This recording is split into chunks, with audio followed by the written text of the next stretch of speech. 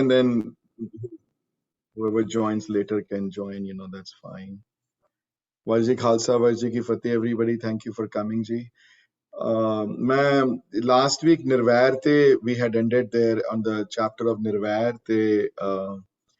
If anybody has any questions on that topic or any good चीज ना समझ आई होवे ते मैंने जरूर दसो.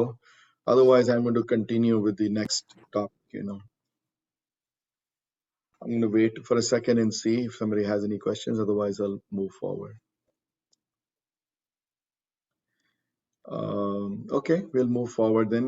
One small thing I want to mention कि आजकल गुरुद्वारियां ਵਿੱਚ मतलब पिछले हफ्ते दिवाली सी एंड मुबारਕਾਂ ਸਾਰਿਆਂ ਨੂੰ ਦੀਆਂ आजकल बंदी छोड़ दिवस भी है नाल लगते हैं लोग आजकल.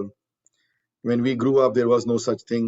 I mean I कदी उस वेले कदी कोई कहंदा नहीं सी कोई छोटे ਹੁੰਦੀਆਂ ਜਦੋਂ ਵੱਡਾ ਹੋਇਆ ਜਦੋਂ I was 14 13 12 years old in India. I never heard of the term before पहले. So a lot of this is creation of we thought ki a big section of the society thinks that ki Diwali the festival is more associated with Hindu customs and rules and stuff. So ਉਸ ਤੋਂ ਅਲੱਗ ਹੋਣ ਵਾਸਤੇ ਆਪਣੇ ਆਪ ਨੂੰ people then that ki ਅਸੀਂ ਆਪਣਾ ਕੁਝ ਲਿਖਣਾ ਹੈ ਤੇ ਉਹਦੇ ਵਾਸਤੇ ਫਿਰ ਵੀ which is true though. Bandi Chhod Divas is not wrong. I mean event happened though, but we didn't never used to use those words. But unfortunately ਜਿਹੜੀ ਸਭ ਤੋਂ ਇੰਪੋਰਟੈਂਟ ਚੀਜ਼ ਜਿਹੜੀ ਦੀਵਾਲੀ ਤੇ ਜਿਹੜੀ ਹੋਈ ਹੈ ਉਹ ਉਹਨਾਂ ਨੂੰ ਯਾਦ ਨਹੀਂ ਕਰਦੇ ਜੋ ਹੋਇਆ ਉਸ ਦਿਨ. ਤੇ ਉਹ 1733 ਦੀ ਦੀਵਾਲੀ ਮਸ਼ਹੂਰ 1733 ਵਾਲੀ ਭਾਈ ਮਣੀ ਸਿੰਘ ਹਰਾਂ ਦੀ ਸ਼ਹੀਦੀ ਉਸ ਦੀਵਾਲੀ ਦੇ ਬਾਅਦ ਹੋਈ, ਜੂਨ ਵਿੱਚ ਹੋਈ 6 ਮਹੀਨਿਆਂ ਬਾਅਦ, ਕਿਉਂਕਿ ਮੁਕੱਦਮਾ ਚੱਲਦਾ ਰਿਹਾ ਐਂਡ ਐਵਰੀਥਿੰਗ ਬਟ ਦੀਵਾਲੀ ਵਾਲੇ ਦਿਨ ਜਿੱਥੇ ਦੀਵਾਲੀ ਮਨਾਉਂਦੇ ਉੱਥੇ ਉਹ 1733 ਵਾਲਾ 1733 ਵਾਲੀ ਜਿਹੜੀ ਇਵੈਂਟਸ ਜਿਹੜੇ ਹਨ ਉਹਨਾਂ ਦਿਨਾਂ ਦੇ ਉਹ ਕਿਸੇ ਨੂੰ ਭੁੱਲਣੇ ਨਹੀਂ ਚਾਹੀਦੇ. ਤੇ I forgot, I might have done an entire session on Bhai Mani Singh Ji last year. I don't know whether I did or not. I was planning to do it. I never did. Nobody remembers. I'm going to, as soon as this chapter ends of Mool Mantrawala and Japji Da, then I'm going to devote 2 sessions on him, because I think ਉਹਨਾਂ ਦੀ ਅਸਥਾਨ ਮਨੇ ਕਿ ਇੱਥੇ in Sikh history ਦੇ ਵਿੱਚ ਬਹੁਤ special ਹੈ. ਆਪ ਬਹੁਤ ਵੱਡੇ ਵਿਦਵਾਨ, ਬਹੁਤ ਉੱਘੇ ਵਿਦਵਾਨ, not only having the knowledge of ਗੁਰਮਤ ਦੇ ਲਿਟਰੇਚਰ ਦੇ ਉੱਤੇ ਜਾਂ ਗੁਰਮਤ ਦੀ knowledge ਹੀ ਸਿਰਫ ਨਹੀਂ ਸੀ ਉਹਨਾਂ ਨੂੰ, ਸੰਸਕ੍ਰਿਤ ਦੇ ਫਾਰਸੀ ਦੇ ਵੀ ਵੱਡੇ ਵਿਦਵਾਨ ਸਨ ਆਪ, ਵੇਦਾ ਸ਼ਾਸਤਰਾਂ ਦੇ ਗਿਆਨੀ ਸਨ, ਔਰ ਬਹੁਤ ਪੜ੍ਹੇ ਲਿਖੇ ਔਰ ਬਹੁਤ ਉੱਘੇ, ਮਤਲਬ ਕਿ ਉਸ ਤਰ੍ਹਾਂ ਦੇ ਗ੍ਰਾਮਰ ਦੇ ਐਂਡ ਐਵਰੀਥਿੰਗ ਹਰ ਤਰ੍ਹਾਂ ਤੋਂ, ਮਤਲਬ ਕਿ ਤੇ ਤੁਸੀਂ ਹੈਰਾਨ ਹੋਵੋਗੇ ਸੁਣ ਕੇ ਜਾਂ ਕਈਆਂ ਨੂੰ ਪਤਾ ਹੋਏਗਾ ਕਿ ਉਹਨਾਂ ਦੇ ਗ੍ਰੈਂਡਫਾਦਰ, ਉਹਨਾਂ ਦੇ ਦਾਦਾ ਜੀ ਗੁਰੂ ਹਰਗੋਬਿੰਦ ਮਹਾਰਾਜ ਦੇ ਆਰਮੀ ਜਨਰਲ ਸਨ. ਫਾਦਰ ਉਹਨਾਂ ਦੇ ਵੀ ਉਹ ਵੀ ਬੜੇ ਵੱਡੇ ਸਿੱਖ ਫੈਮਿਲੀ ਵਿੱਚੋਂ ਸਨ.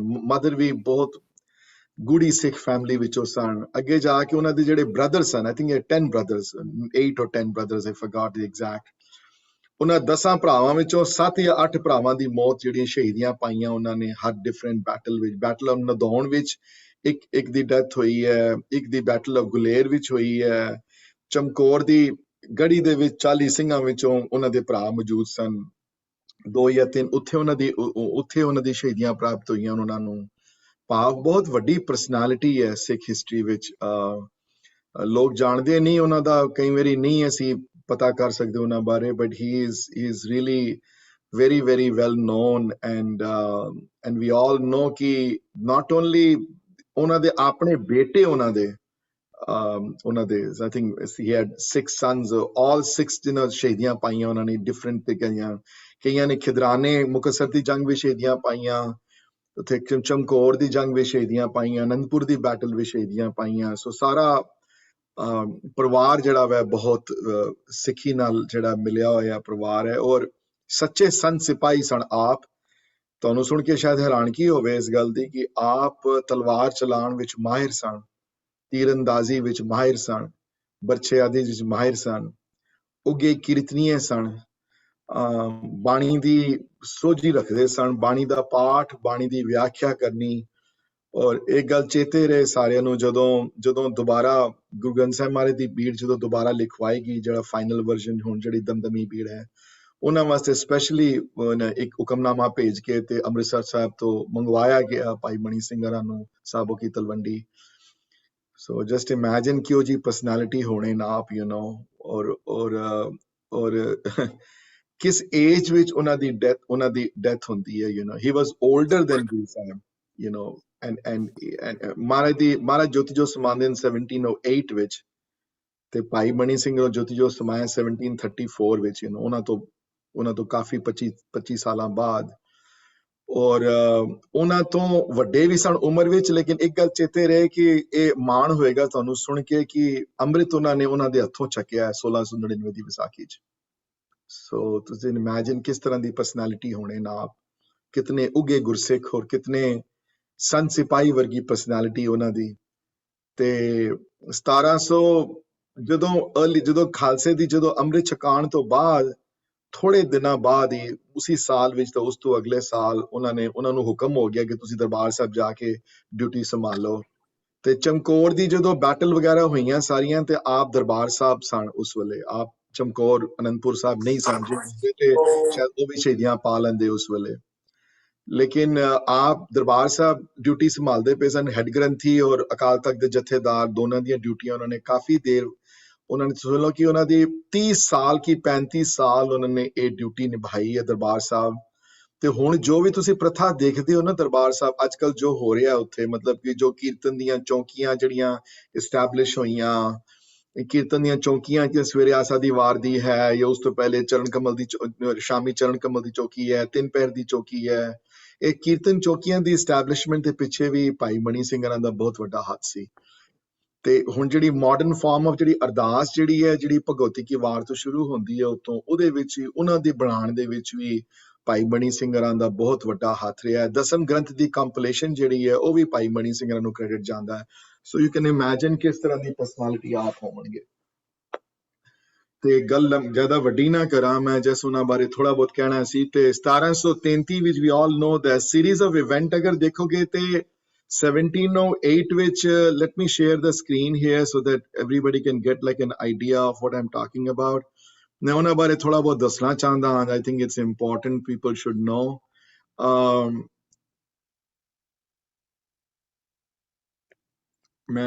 ਮੈਂ ਸੀਰੀਜ਼ ਆਫ ਇਵੈਂਟ ਲਿਖਦੇ ਆ ਤੇ 1708 ਵਿੱਚ ਦਸਮ ਪਿਤਾ ਦੀ ਗੁਰੂ ਗੋਬਿੰਦ ਸਿੰਘ ਮਹਾਰਾਜ ਦੀ ਜੋਤੀ ਜੋਤ ਸਮਾਉਂਦੇ ਨੇ ਜੀ। ਤੇ ਉਸ ਤੋਂ ਬਾਅਦ ਫਿਰ 1715 ਵਿੱਚ ਬੰਦਾ ਬਹਾਦਰਾਂ ਦੀ ਉਹਨਾਂ ਦੀ ਐਗਜ਼ੀਕਿਊਸ਼ਨ ਹੈ ਹਾਂਜੀ। ਤੇ ਇਹ ਇਨਸੀਡੈਂਟ ਜਿਹੜਾ ਫਿਰ ਆਈ ਥਿੰਕ 1730s ਵਿੱਚ अर्ਲੀ, ਮੈਨੂੰ ਐਗਜ਼ੈਕਟ ਡੇਟ ਮੈਨੂੰ ਨਹੀਂ ਯਾਦ, ਬਟ ਆਈ ਥਿੰਕ 31 32 ਵਿੱਚ ਨਵਾਬ ਕਪੂਰ ਸਿੰਘ ਹੋਰੀ ਕਮਾਨ ਸੰਭਾਲਦੇ ਹਨ, and I could be wrong on this date. ਤੇ 1733 ਵਿੱਚ ਐਂਡ 1733 ਦੀ ਦੀਵਾਲੀ, ਤੇ ਉਸ ਵੇਲੇ ਜਿਹੜਾ governor C Punjab the, the famous Sikh hater, Zakaria Khan, Abdul Samad Khan ਪਹਿਲੇ ਗਵਰਨਰ ਸੀ ਉਸ ਤੋਂ ਪਹਿਲੇ। ਤੇ 1700 ਫਿਰ ਉਹਦਾ ਬੇਟਾ ਬੈਠਿਆ ਗੱਦੀ ਦੇ ਉੱਤੇ ਜ਼ਕਰੀਆ ਖਾਨ। ਤੇ ਜ਼ਕਰੀਆ ਖਾਨ ਨੇ ਉਹਨਾਂ ਨੂੰ ਕਿਹਾ ਕਿ ਸਿੱਖਾਂ ਨੂੰ ਕਹੋ ਕਿ ਤੁਸੀਂ 1733 ਦੀ ਜਿਹੜੀ ਦੀਵਾਲੀ ਜਿਹੜੀ ਦੀਵਾਲੀ ਤੇ ਵਿਸਾਖੀ ਦੋ ਇੰਪੋਰਟੈਂਟ ਇਵੈਂਟ ਹੁੰਦੇ ਸਨ ਉਸ ਵੇਲੇ ਬਹੁਤ, ਤੇ ਉਹ ਤੁਸੀਂ ਸਿੱਖਾਂ ਨੂੰ ਕਿਹਾ ਗਿਆ ਕਿ ਤੁਸੀਂ ਦਰਬਾਰ ਸਾਹਿਬ ਆ ਕੇ ਮਨਾਓ। ਤੇ ਭਾਈ ਸਾਹਿਬ ਜੀ ਨੇ, ਕਿਉਂਕਿ ਹੈਡ ਗ੍ਰੰਥੀ ਸਨ ਦਰਬਾਰ ਸਾਹਿਬ ਦੇ, ਇਹਨਾਂ ਨੇ ਭੇਜੇ ਹੁਕਮਨਾਮੇ ਭੇਜਿਆ ਸੰਗਤ ਨੂੰ। ਤੇ ਮੈਂ I'm going to stop clearing, I just wanted to show this, ਤੇ ਹੁਕਮਨਾਮੇ ਭੇਜੇ ਗਏ ਸਿੱਖ ਸੰਗਤਾਂ ਨੂੰ ਕਿ ਤੁਸੀਂ ਆ ਕੇ ਦਰਬਾਰ ਸਾਹਿਬ ਇਕੱਠੇ ਹੋਵੋ। ਵੈਲ ਦਰਬਾਰ ਸਾਹਿਬ ਇਕੱਠੇ ਹੋਣ ਦਾ ਹੁਕਮਨਾਮੇ ਤੇ ਚਲੇ ਗਏ। ਬਾਅਦ ਵਿੱਚ ਉਹਨਾਂ ਨੂੰ ਪਤਾ ਲੱਗ ਗਿਆ ਵੀ ਇਹ ਸਾਜ਼ਿਸ਼ ਹੈ ਮੁਗਲ ਗਵਰਨਮੈਂਟ ਦੀ, ਕਿ they wanted ਕਿ Sikhs to come over and then they wanted to ਕਿ ਇੱਕ ਜਗ੍ਹਾ ਇਕੱਠੇ ਹੋ ਜਾਣਗੇ ਤੇ ਘੇਰਾ ਪਾਵਾਂਗੇ ਤੇ ਮਾਰ ਦਿਆਂਗੇ ਸਾਰਿਆਂ ਨੂੰ। ਤੇ ਉਹ ਜਦੋਂ ਪਤਾ ਲੱਗਿਆ ਕਿ ਉਹ, ਤੇ ਨਾਲੇ ਜਦੋਂ ਦੀਵਾਲੀ ਵਾਲੇ ਦਿਨ, ਰਿਮੈਂਬਰ ਇਸਲਾਮ ਵਿੱਚ ਇੱਕ ਰੂਲ ਹੈ ਇਸਲਾਮਿਕ ਗਵਰਨਮੈਂਟ ਦੇ ਅੰਦਰ ਅਨਫੋਰਚੂਨੇਟਲੀ ਹਦੀਸਾਂ ਵਿੱਚ ਅਪਰੂਵ ਕੀਤੀ ਹੋਈ ਹੈ ਇਸਲਾਮ ਦੇ ਵਿੱਚ ਤੁਸੀਂ ਮਨਾ ਨਹੀਂ ਕਰ ਸਕਦੇ ਕਿ ਅਗਰ ਕਿਸੇ ਸਟੇਟ ਦਾ ਜਾਂ ਕੰਟਰੀ ਦਾ ਗਵਰਨਮੈਂਟ ਅਗਰ ਇਸਲਾਮਿਕ ਹੋਵੇ ਅਗਰ ਮਨੇ ਸਰਕਾਰ ਜਿਹੜੀ ਹੈ ਹਾਕਮ ਅਗਰ ਮੁਸਲਮਾਨ ਹੋਵੇ ਅਗਰ ਤੇ ਜਿਹੜੇ ਨਾਨ ਮੁਸਲਿਮ ਜਿਹੜੇ ਹਨ ਜਿਹੜੇ ਪ੍ਰਜਾ ਦੇ ਵਿੱਚ ਜਿਹੜੇ ਉਹਨਾਂ ਦੀ ਜਿਹੜੀ ਪ੍ਰੋਟੈਕਸ਼ਨ ਜਿਹੜੀ ਹੈ ਉਹਨਾਂ ਦੀ ਪ੍ਰੋਟੈਕਸ਼ਨ ਵਾਸਤੇ ਜਿਹੜਾ ਪੈਸਾ ਖਰਚ ਹੁੰਦਾ ਜਿਹੜਾ ਉਹ ਪੈਸੇ ਤੇ ਜਿਹੜਾ ਖਰਚ ਜਿਹੜਾ ਹੁੰਦਾ ਉਹ ਨਾਨ ਮੁਸਲਿਮ ਨੂੰ ਦੇਣਾ ਪੈਂਦਾ ਹੈ is an unfortunate thing but it's true though you can look it up yourself I'm not making this up myself ਤੇ ਉਹਨਾਂ ਦੇ ਕੀ ਹਦੀਸਾਂ ਵਿੱਚ ਇਹ ਰੂਲ ਹੈ ਕਿ ਨਾਨ ਮੁਸਲਿਮ ਨੂੰ ਤੁਸੀਂ ਪ੍ਰੋਟੈਕਸ਼ਨ ਦੇਣੀ ਹੈ ਉਹਨਾਂ ਨੂੰ ਕੋਈ ਤਾਂ ਕਿ ਉਹਨਾਂ ਨੂੰ ਕੋਈ ਹਾਰਮ ਨਾ ਪਹੁੰਚੇ ਕੋਈ ਮੁਸਲਿਮ ਰਜੀਮ ਦੇ ਥੱਲੇ ਬਟ ਉਹਨਾਂ ਦੀ ਪ੍ਰੋਟੈਕਸ਼ਨ ਵਿੱਚ ਜਿਹੜੇ ਐਕਸਟਰਾ ਜਿਹੜੇ ਉਹ ਮਨੀ ਜਿਹੜੇ ਖਰਚ ਜਿਹੜੇ ਹੋਣਗੇ ਉਸ ਟੈਕਸ ਨੂੰ ਜਜ਼ੀਆ ਕਹਿੰਦੇ ਹਨ ਤੇ ਉਹ ਹੁਣ ਵੀ ਦੇਖੋਗੇ ਅਫਗਾਨਿਸਤਾਨ ਵਿੱਚ ਤਾਲਿਬਾਨ ਰਜੀਮ ਵੀ ਲਗਾਉਂਦੀ ਹੈ ਇਹ ਜਿਹੜੇ ਹਨ ਜਿਹੜੇ ਮੁਸਲਿਮ ਗਵਰਨਮੈਂਟ ਜਿਹੜੀਆਂ ਹਨ ਹੁਣ ਵੀ ਕਈ ਵਾਰੀ ਔਰੰਗਜ਼ੇਬ ਨੇ ਲਗਾਇਆ ਔਰੰਗਜ਼ੇਬ ਤੋਂ ਬਾਅਦ ਫਿਰ ਕੰਟੀਨਿਊ ਰੱਖਿਆ ਹੋਗਾ ਨੇ if everybody can mute themselves I'll really appreciate it. Kamal, can you help me out? So ਇਹ ਜਜ਼ੀਆ ਜਿਹੜਾ ਬੜਾ ਕਾਮਨ ਹੁੰਦਾ ਸੀ ਵੀ ਇਹ ਟੈਕਸ ਤੁਹਾਨੂੰ ਦੇਣਾ ਪਏਗਾ ਤੁਹਾਡੀ ਪ੍ਰੋਟੈਕਸ਼ਨ ਵਾਸਤੇ ਹੈ if you don't give then we will not protect you so तो एक $5,000 ਦਾ 5,000 ਰੁਪਏ ਦਾ ਡਾਲਰ ਤੇ ਨਹੀਂ 5,000 ਰੁਪਏ ਦਾ ਉਹਨਾਂ ਨੇ ਟੈਕਸ ਬਣਾਇਆ ਕਿ ਦੀਵਾਲੀ ਤੇ ਲੋਕ ਆएंगे ਤਾਂ ਤੁਹਾਨੂੰ ਕਰਨ ਦਿਆਂਗੇ ਤੇ ਤੁਸੀਂ ਵੀ ਸਾਡਾ ਖਰਚਾ ਬੜਾ ਆਏਗਾ ਤੁਹਾਨੂੰ ਪ੍ਰੋਟੈਕਸ਼ਨ ਦੇਣ ਦਾ ਤੇ ਇਸ ਵਾਸਤੇ 5,000 ਰੁਪਏ ਤੁਸੀਂ ਜਮ੍ਹਾਂ ਕਰਾਓ ਤੇ ਉਹਨਾਂ ਨੇ ਕਿਹਾ ਕਿ ਠੀਕ ਹੈ ਅਸੀਂ 5,000 ਰੁਪਏ ਦੀਵਾਲੀ ਤੋਂ ਬਾਅਦ ਜਮ੍ਹਾਂ ਕਰਾ ਦਿਆਂਗੇ as we all no what happened ਤੇ ਉਹ ਜਿਹੜਾ ਵੈ ਪਤਾ ਲੱਗ ਗਿਆ ਭਾਈ ਮਣੀ ਸਿੰਘਾਂ ਨੂੰ ਕਿ ਸੰਗਤਾਂ ਜਿਹੜੀਆਂ ਆਣਗੀਆਂ ਤੇ ਇਹਨਾਂ ਨੇ ਮਾਰ ਦੇਣਾ ਇਹਨਾਂ ਨੇ ਵਾਪਸ ਹੁਕਮਨਾਮੇ ਭੇਜ ਦਿੱਤੇ ਸੰਗਤਾਂ ਨੂੰ ਕਿ ਕੋਈ ਨਾ ਆਏ ਇੱਥੇ ਤਾਂ ਸੰਗਤਾਂ ਕੋਈ ਆਇਆ ਨਹੀਂ ਉੱਥੇ ਤਾਂ ਆਬਵੀਅਸਲੀ ਜੇ ਕੋਈ ਸੰਗਤ ਨਹੀਂ ਆਏਗੀ ਤੇ ਚੜਾਵਾ ਕਿੱਥੋਂ ਆਏਗਾ ਚੜਾਵਾ ਨਹੀਂ ਆਏਗਾ ਤੇ 5,000 ਰੁਪਏ ਇਕੱਠੇ ਨਹੀਂ ਹੋਏ ਉਹ 5,000 ਇਕੱਠੇ ਨਹੀਂ ਹੋਏ ਤੇ ਇਹ ਇਹਨਾਂ ਨੇ ਆ ਕੇ ਕਿਹਾ ਕਿ ਤੁਸੀਂ ਆਪਣਾ ਕੰਟਰੈਕਟ ਵਾਇਲੇਟ ਕੀਤਾ ਤੇ ਇਸ ਵਾਇਲੇਸ਼ਨ ਦੀ ਤੁਹਾਨੂੰ ਸਜ਼ਾ ਮਿਲੇਗੀ ਤੁਹਾਨੂੰ तो इन्होंने पैसे देने तो इनकार कर दिता इन्हां नाल इन्हां दे भरा इन्हां दा एक बेटा भी नाल इन्होंने लाहौर ले जाया गया उत्थे फिर पेशी हुई काजी दे सामने ते उत्थे फिर रिमेंबर इन इस्लामिक रूल तो कि ਜਿਹੜਾ ਕੋਰਟ ਜਿਹੜਾ ਹੁੰਦਾ ਹੈ ਉਹ ਮਸਜਿਦ ਦੇ ਨਾਲ ਹੀ ਕੋਰਟ ਜਿਹੜੀ ਲੱਗਦੀ ਹੈ ਜਿਹੜੀ ਉਹ ਬੈਠਕ ਜਿਹੜੀ ਲੱਗਦੀ ਹੈ ਇਸਲਾਮਿਕ ਸ਼ਰੀਆ ਦੇ ਥੱਲੇ ਉਹਦਾ ਜਿਹੜਾ ਹਾਕਮ ਜਿਹੜਾ ਹੁੰਦਾ ਹੈ ਉਹਦਾ ਜਿਹੜਾ ਜੱਜ ਜਿਹੜਾ ਹੁੰਦਾ ਹੈ ਉਹ ਕਾਜ਼ੀ ਹੁੰਦਾ ਉਹ ਇਸਲਾਮਿਕ ਸ਼ਰੀਆ ਦੇ ਰੂਲ ਦੇ ਥੱਲੇ ਉਹ ਰੂਲ ਦਿੱਤੇ ਜਾਂਦੇ ਤੇ even if you are a non Muslim ਤੁਹਾਡੇ ਉੱਤੇ ਹੀ ਰੂਲ ਅਪਲਾਈ ਹੁੰਦੇ ਨੇ ਤੁਹਾਡੇ ਉੱਤੇ ਫਿਰ ਉਹ ਲਗਾਇਆ ਗਿਆ ਵੀ ਤੁਸੀਂ ਨਹੀਂ ਦਿੱਤੇ ਪੈਸੇ ਨਹੀਂ ਦੇਣ ਦੀ ਸਜ਼ਾ ਹੈ ਫਿਰ ਪਹਿਲਾ ਰੂਲ ਹੁੰਦਾ ਹੈ ਕਿ ਜੇ ਇਸਲਾਮ ਕਬੂਲ ਕਰ ਲਓ ਤੇ ਫਿਰ ਤੁਹਾਨੂੰ ਮਾਫ ਹੈ ਸਾਰਾ ਕੁਝ ਉਹਨਾਂ ਨੇ ਕਬੂਲ ਨਹੀਂ ਕੀਤੀ how can he could have done that ਤੇ ਉੱਥੇ ਫਿਰ ਉਹਨਾਂ ਨੂੰ ਫਿਰ ਬੰਦ ਉਹਨਾਂ ਦੇ ਕੱਟੇ ਗਏ ਉਹਨਾਂ ਦੇ ਬਹੁਤ ਬੁਰੀ ਤਰ੍ਹਾਂ ਨਾਲ ਬਹੁਤ ਜ਼ਾਲਮੀ ਤਰੀਕੇ ਨਾਲ ਉਹਨਾਂ ਨੂੰ ਮਾਰਿਆ ਗਿਆ ਐਗਜ਼ੀਕਿਊਸ਼ਨ ਉਹਨਾਂ ਦੀ ਮਤਲਬ ਲਿੰਬ ਬਾਈ ਲਿੰਬ ਉਹਨਾਂ ਨੂੰ ਕੱਟਿਆ ਗਿਆ ਬਹੁਤ ਤੜਫਾਇਆ ਗਿਆ ਉਹਨਾਂ ਨੂੰ ਤੇ ਇੱਕ ਮਹਾਨ ਸ਼ਹੀਦੀ ਦੀਵਾਲੀ ਵਾਲੇ ਨਾਲ ਦਿਨ ਦੀ ਮਤਲਬ ਕਿ ਉਸ ਦਿਨ ਦੀ ਮਹਾਨਤਾ ਹੋਣੀ ਹੈ ਇਤਨੀ ਕਿ ਦਰਬਾਰ ਸਾਹਿਬ ਮਨਾਈ ਜਾਂਦੀ ਸੀ ਉਸ ਵੇਲੇ ਬਹੁਤ ਬੜੀ ਖੂਬਸੂਰਤੀ ਨਾਲ ਹੁਣ ਵੀ ਮਨਾਈ ਜਾਂਦੀ ਹੈ ਸੋ ਇਹ ਮੈਂ ਸ਼ੇਅਰ ਕਰਨਾ ਸੀ ਤੁਹਾਡੇ ਨਾਲ ਇਹ ਵਾਲੀ ਉਹਨਾਂ ਦੀ ਸ਼ਹੀਦੀ ਇਸ ਫਿਰ ਉਹ 4-5 ਮਹੀਨੇ ਮਾਮਲਾ ਚੱਲਦਾ ਰਿਹਾ I think June is when he was executed finally in Lahore ਤੇ ਉਸ ਗੁਰਦੁਆਰੇ ਦੇ ਉਹਨਾਂ ਚੱਕਰ ਵਿੱਚ ਬੜੇ ਪਏ ਇਨ ਲਾਹੌਰ ਬੜੇ ਉਹ ਕੇਸ ਚੱਲਦੇ ਪਏ I think the gurdwara has been taken over by the right wing Islamic fundamentals the Gurdwara has been broken down completely ਤੇ ਜਦੋਂ ਮੈਂ ਦਰਸ਼ਨ ਤੇ ਨਹੀਂ ਕੀਤੇ ਕਦੀ ਪਰ ਕਈ ਜਿਹੜੇ ਲਾਹੌਰ ਗਏ ਜਿਹੜੇ ਉੱਥੇ ਉਸ ਸ਼ਹੀਦੀ ਅਸਥਾਨ ਦੇ ਦਰਸ਼ਨ ਕੀਤੇ ਨੇ ਕਈਆਂ ਨੇ ਪਹਿਲੇ ਬਟ ਹੁਣ ਉਹ ਗੁਰਦੁਆਰਾ ਮੇਰਾ ਖਿਆਲ ਹੈ ਟੈਪ ਪਿਆ ਹੈ ਹੁਣ ਗੁਰਦੁਆਰਾ ਨਹੀਂ ਰਿਹਾ ਉੱਥੇ ਉਹ it has been taken over by the right wing Islamic fundament ਜਿਹੜੇ ਹਨ ਉਹਨਾਂ ਦੀਆਂ ਪਾਰਟੀਆਂ ਜਿਹੜੀਆਂ ਹਨ nothing you can do about that but ਮੈਂ ਜਸਟ ਸ਼ੇਅਰ ਕਰਨਾ ਸੀ ਤੁਹਾਡੇ ਨਾਲ ਕਿ ਜਦੋਂ ਦੀਵਾਲੀ ਮਨਾਓ ਦੀਵਾਲੀ ਵਾਲੇ ਦਿਨ ਤੇ ਭਾਈ ਸਾਹਿਬ ਨੂੰ ਵੀ ਯਾਦ ਕਰੋ ਉਹਨਾਂ ਦੀ ਬਹੁਤ ਵੱਡੀਆਂ ਕੰਟਰੀਬਿਊਸ਼ਨਸ ਹਨ ਤੇ ਉਹਨਾਂ ਨੇ ਆਪਣੀ ਜਾਨ ਜਿਹੜੀ ਹੈ ਇਸ ਇਵੈਂਟ ਦੇ ਪਿੱਛੇ ਦਿੱਤੀ ਹੋਵੇ ਕਿ ਤੇ ਸਿੱਖ ਸੰਗਤਾਂ ਨੂੰ ਬਚਾ ਲਿੱਤਾ ਜੇ ਆ ਜਾਂਦੀਆਂ ਤੇ ਪਤਾ ਨਹੀਂ ਕੀ ਕਰਦੇ ਹੋ ਕਿਉਂਕਿ ਲਖਪਤ ਰਾਏ ਦਾ ਜਿਹੜਾ ਉਹਨਾਂ ਦਾ ਜਿਹੜਾ ਰਾਈਟ ਵਿੰਗ ਕਹਿ ਰਿਹਾ ਰਾਈਟ ਹੈਂਡ ਪਰਸਨ ਸੀ ਜਿਹੜਾ ਉਸਦਾ ਪੂਰਾ ਪਲਾਨ ਸੀ ਕਿ ਜੇ ਅਗਰ ਆ ਜਾਣਗੇ ਤੇ ਇਹਨਾਂ ਨੂੰ ਖਤਮ ਕਰ ਦੇਣਗੇ ਸਾਰਿਆਂ ਨੂੰ। So I just want to take a little 15 minute break on this subject matter. Diwali ਵਾਲੇ ਦਿਨ ਮੈਂ ਕਿਹਾ ਤੁਹਾਨੂੰ ਜਾਣੂ ਕਰਾ ਦਿਆਂ ਇਸ ਬਾਰੇ। ਸੋ ਐਨੀ ਕੁਐਸਚਨਸ ਦੋ, ਐਨੀ ਕਮੈਂਟਸ ਕੁਐਸਚਨਸ ਦੋ, ਰਹਿ ਗਿਆ ਹੋਵੇ ਤੇ ਬਰੀਫ ਵਿੱਚ ਮੈਂ ਦੱਸਿਆ ਸਾਰਾ ਕੁਝ। ਸੋ I'll wait to see if anybody has any question. Otherwise, I'll continue with my topic. ਹੁਕਮਨਾਮਾ ਕਿਸ ਤਰ੍ਹਾਂ ਭੇਜਦੇ ਹੁੰਦੇ ਸਨ ਉਦੋਂ? ਸਿੱਖਾਂ ਦੇ ਰਾਹੀਂ ਭੇਜਦੇ ਸਨ, ਘੋੜਿਆਂ ਤੇ ਲੋਕ ਜਾਂਦੇ ਸਨ ਜਿੱਥੇ ਜਿੱਥੇ ਸਿੱਖ ਹਨ ਕੋਈ। ਫਿਰ ਸੁਮੀ ਦੀਦੀ ਉੱਥੇ ਨਾ ਵਰਬਲੀ ਹੁੰਦਾ ਸੀ ਸਾਰਾ ਕੁਝ। ਸੋ ਇੱਕ ਬੰਦੇ ਨੇ ਦੱਸਿਆ, ਫਿਰ ਉਹਨੇ ਆ ਕੇ ਦੱਸਿਆ, ਫਿਰ 4 ਅੱਗੇ ਹੋਰ ਦੱਸਣਗੇ, ਫਿਰ 8 ਅੱਗੇ ਹੋਰ ਦੱਸਣਗੇ। So that's the way it used to be those days. It must have not been easy though. ਜੰਗਲਾਂ 'ਚ ਰਹਿੰਦੇ ਸਨ ਸਿੱਖ ਉਸ ਵੇਲੇ, ਲੇਕਿਨ ਫਿਰ ਖਬਰਾਂ ਪਹੁੰਚ ਜਾਂਦੀਆਂ ਸਨ, ਖਬਰੀ ਹੁੰਦੇ ਸਨ ਜਿਹੜੇ ਪਹੁੰਚਾ ਜਾਂਦੇ ਸਨ ਖਬਰ। ਤੇ ਸੰਗਤਾਂ ਆਈਆਂ ਨਹੀਂ ਫਿਰ ਉਸ 1733 ਦੀ ਦੀਵਾਲੀ ਸੰਗਤਾਂ ਆਈਆਂ ਨਹੀਂ, ਫਿਰ ਦਰਬਾਰ ਸਾਹਿਬ ਇਕੱਠ ਨਹੀਂ ਹੋਇਆ ਵੱਡਾ। ਸੋ ਉਹ ਦਿਨ this is before even the Dal Khalsa was formed, Ale Dal Khalsa di formation ale pay hoye 10 saal hor। So Dal Khalsa di formation to pehle di gall hai te Mislan di formation to vi pehle di gall hai। This is the Nawab Kapoor Singhਰਾਂ ਦੇ time ਹੋਇਆ ਇਹ incident ਜਿਹੜਾ ਹੋਇਆ। ਇਹਨਾਂ ਦਿਨਾਂ ਵਿੱਚ ਹੀ ਸੁਖਾ ਸਿੰਘ ਮਹਿਤਾਬ ਸਿੰਘਰਾਂ ਨੇ this years of this happening, ਇਹ ਵਾਕਿਆਤ ਸਾਰੇ ਉਹਨਾਂ ਸਾਲਾਂ ਉਹਨਾਂ ਦਿਨਾਂ ਦੇ ਸਾਰੇ। ਹਾਂਜੀ।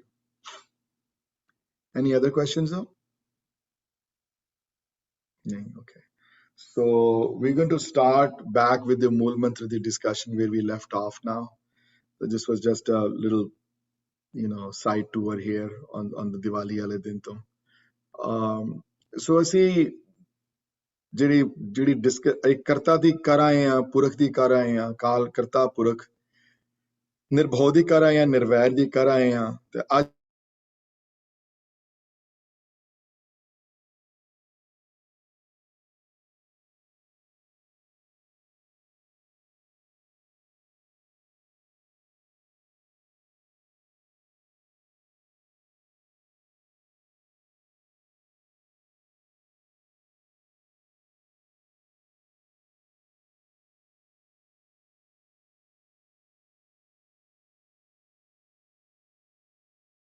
ਪਰਮਜੀਤ ਉਹ ਸ਼ਾਇਦ ਗਲਤੀ ਨਾਲ ਬਟਨ ਦਬ ਗਿਆ ਹੋਵੇ ਉਹਨਾਂ ਦਾ, ਸ਼ਾਇਦ probably what it is. It's good now. Okay.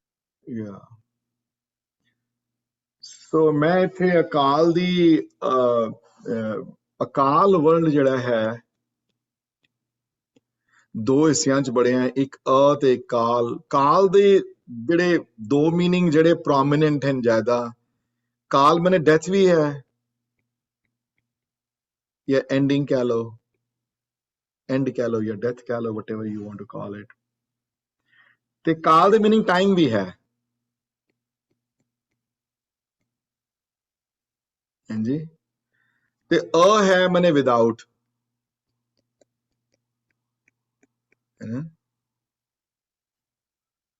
ਤੇ ਹੁਣ ਉਹ ਚੀਜ਼ ਜਿਹਦਾ ਕੋਈ ਐਂਡ ਨਾ ਹੋਵੇ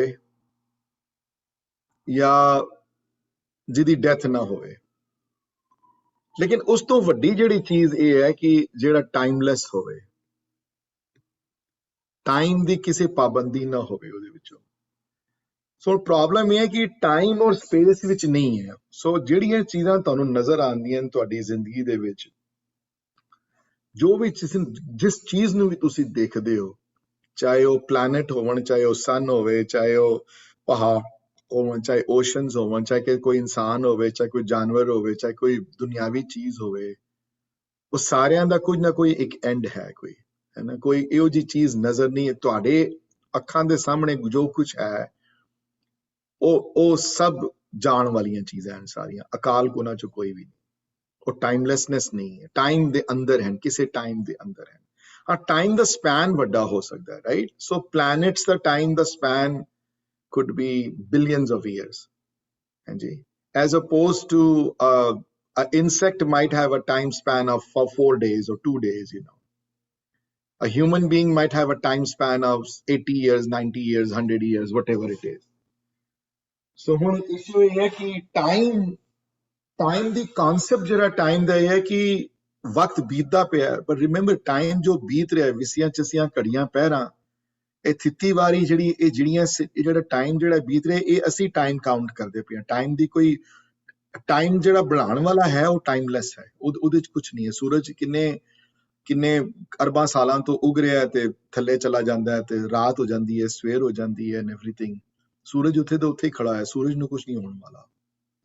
ਪਰ ਸੂਰਜ ਆਪ ਟਾਈਮਲੈਸ ਨਹੀਂ ਹੈ, ਸੂਰਜ ਦਾ ਵੀ ਟਾਈਮ ਹੈ, ਆਇਆ ਹੈ ਚਲਾ ਜਾਏਗਾ। ਕਿੰਨੇ ਹੋਰ ਕਰੋੜਾਂ ਸੂਰਜ ਹੋ ਰਹੇ ਹਨ, ਕਈ ਪਹਿਲੇ ਆਏ ਹੋਣੇ, ਕਈ ਬਾਅਦ ਚ ਆਏ ਹੋਣੇ, ਕਈ ਹੁਣ ਚਲੇ ਜਾਣਗੇ। ਸੋ ਕਾਲ ਇੱਥੇ ਡੈਥ ਵੀ ਹੈ ਜਿਹਦੀ ਐਂਡ ਨਾ ਹੋਵੇ, ਹਾਂਜੀ, ਆਦ ਵਿੱਚ ਹੀ ਹੋਵੇ ਤੇ ਐਂਡ ਵੀ ਨਾ ਹੋਵੇ, ਟਾਈਮਲੈਸ ਹੋਵੇ, ਉਹ ਅਕਾਲ ਦਾ ਕਨਸੈਪਟ ਹੈ ਸਾਰਾ। ਸੋ ਹੁਣ ਪ੍ਰੋਬਲਮ ਇਹ ਹੈ ਕਿ ਇਸ ਅਕਾਲ ਦੇ ਕਨਸੈਪਟ ਨਾਲ ਕਿਸ ਤਰ੍ਹਾਂ ਬੰਦਾ ਰਿਲੇਟ ਕਰੇ, ਹਾਊ ਡਸ ਇਹ ਜਿਹੜੀਆਂ ਟਾਈਮ ਕੰਸਟ੍ਰੇਂਟਸ ਵਾਲਾ ਨਹੀਂ ਹੈ। ਹੁਣ ਇਹਨੂੰ ਇਮੇਜਿਨ ਕਰਨਾ ਬੜਾ ਮੁਸ਼ਕਿਲ ਹੈ ਕਿਸੇ ਚੀਜ਼ ਨੂੰ। ਇੱਕ ਇਹੋ ਜਿਹੀ ਹਸਤੀ ਹੋਵੇ, I'm going to stop, I'm going to clear the screen and then I'm going to just stop sharing it. ਹੁਣ ਇਹੋ ਜਿਹੀ ਕੋਈ ਹਸਤੀ ਹੋਵੇ ਜਿਹਦੇ ਚ ਕੋਈ ਟਾਈਮ ਸਪੈਨ ਨਾ ਹੋਵੇ, ਹੁਣ ਕਿੰਝ ਬੰਦਾ ਇਮੇਜਿਨ ਕਰੇ ਇਸ ਚੀਜ਼ ਨੂੰ। ਪਰ ਇਹ ਹੈ ਨਾ, ਪ੍ਰਮਾਤਮਾ ਦੇ ਉੱਤੇ ਲਾਗੂ ਹੁੰਦੀ ਹੈ ਚੀਜ਼, ਹੈ ਨਾ। ਇੱਕ ਐਟਰੀਬਿਊਟ ਹੈ ਕਿ ਟਾਈਮ ਕਿਸੇ ਟਾਈਮ ਜ਼ੋਨ ਚ ਨਹੀਂ ਹੈ, ਕਿਸੇ ਟਾਈਮ ਸਪੈਨ ਚ ਨਹੀਂ ਹੈ। ਔਰ ਟਾਈਮ ਦੇ ਉੱਤੇ ਕੋਈ ਫਰਕ ਵੀ ਨਹੀਂ ਪੈਂਦਾ ਉਹਦਾ।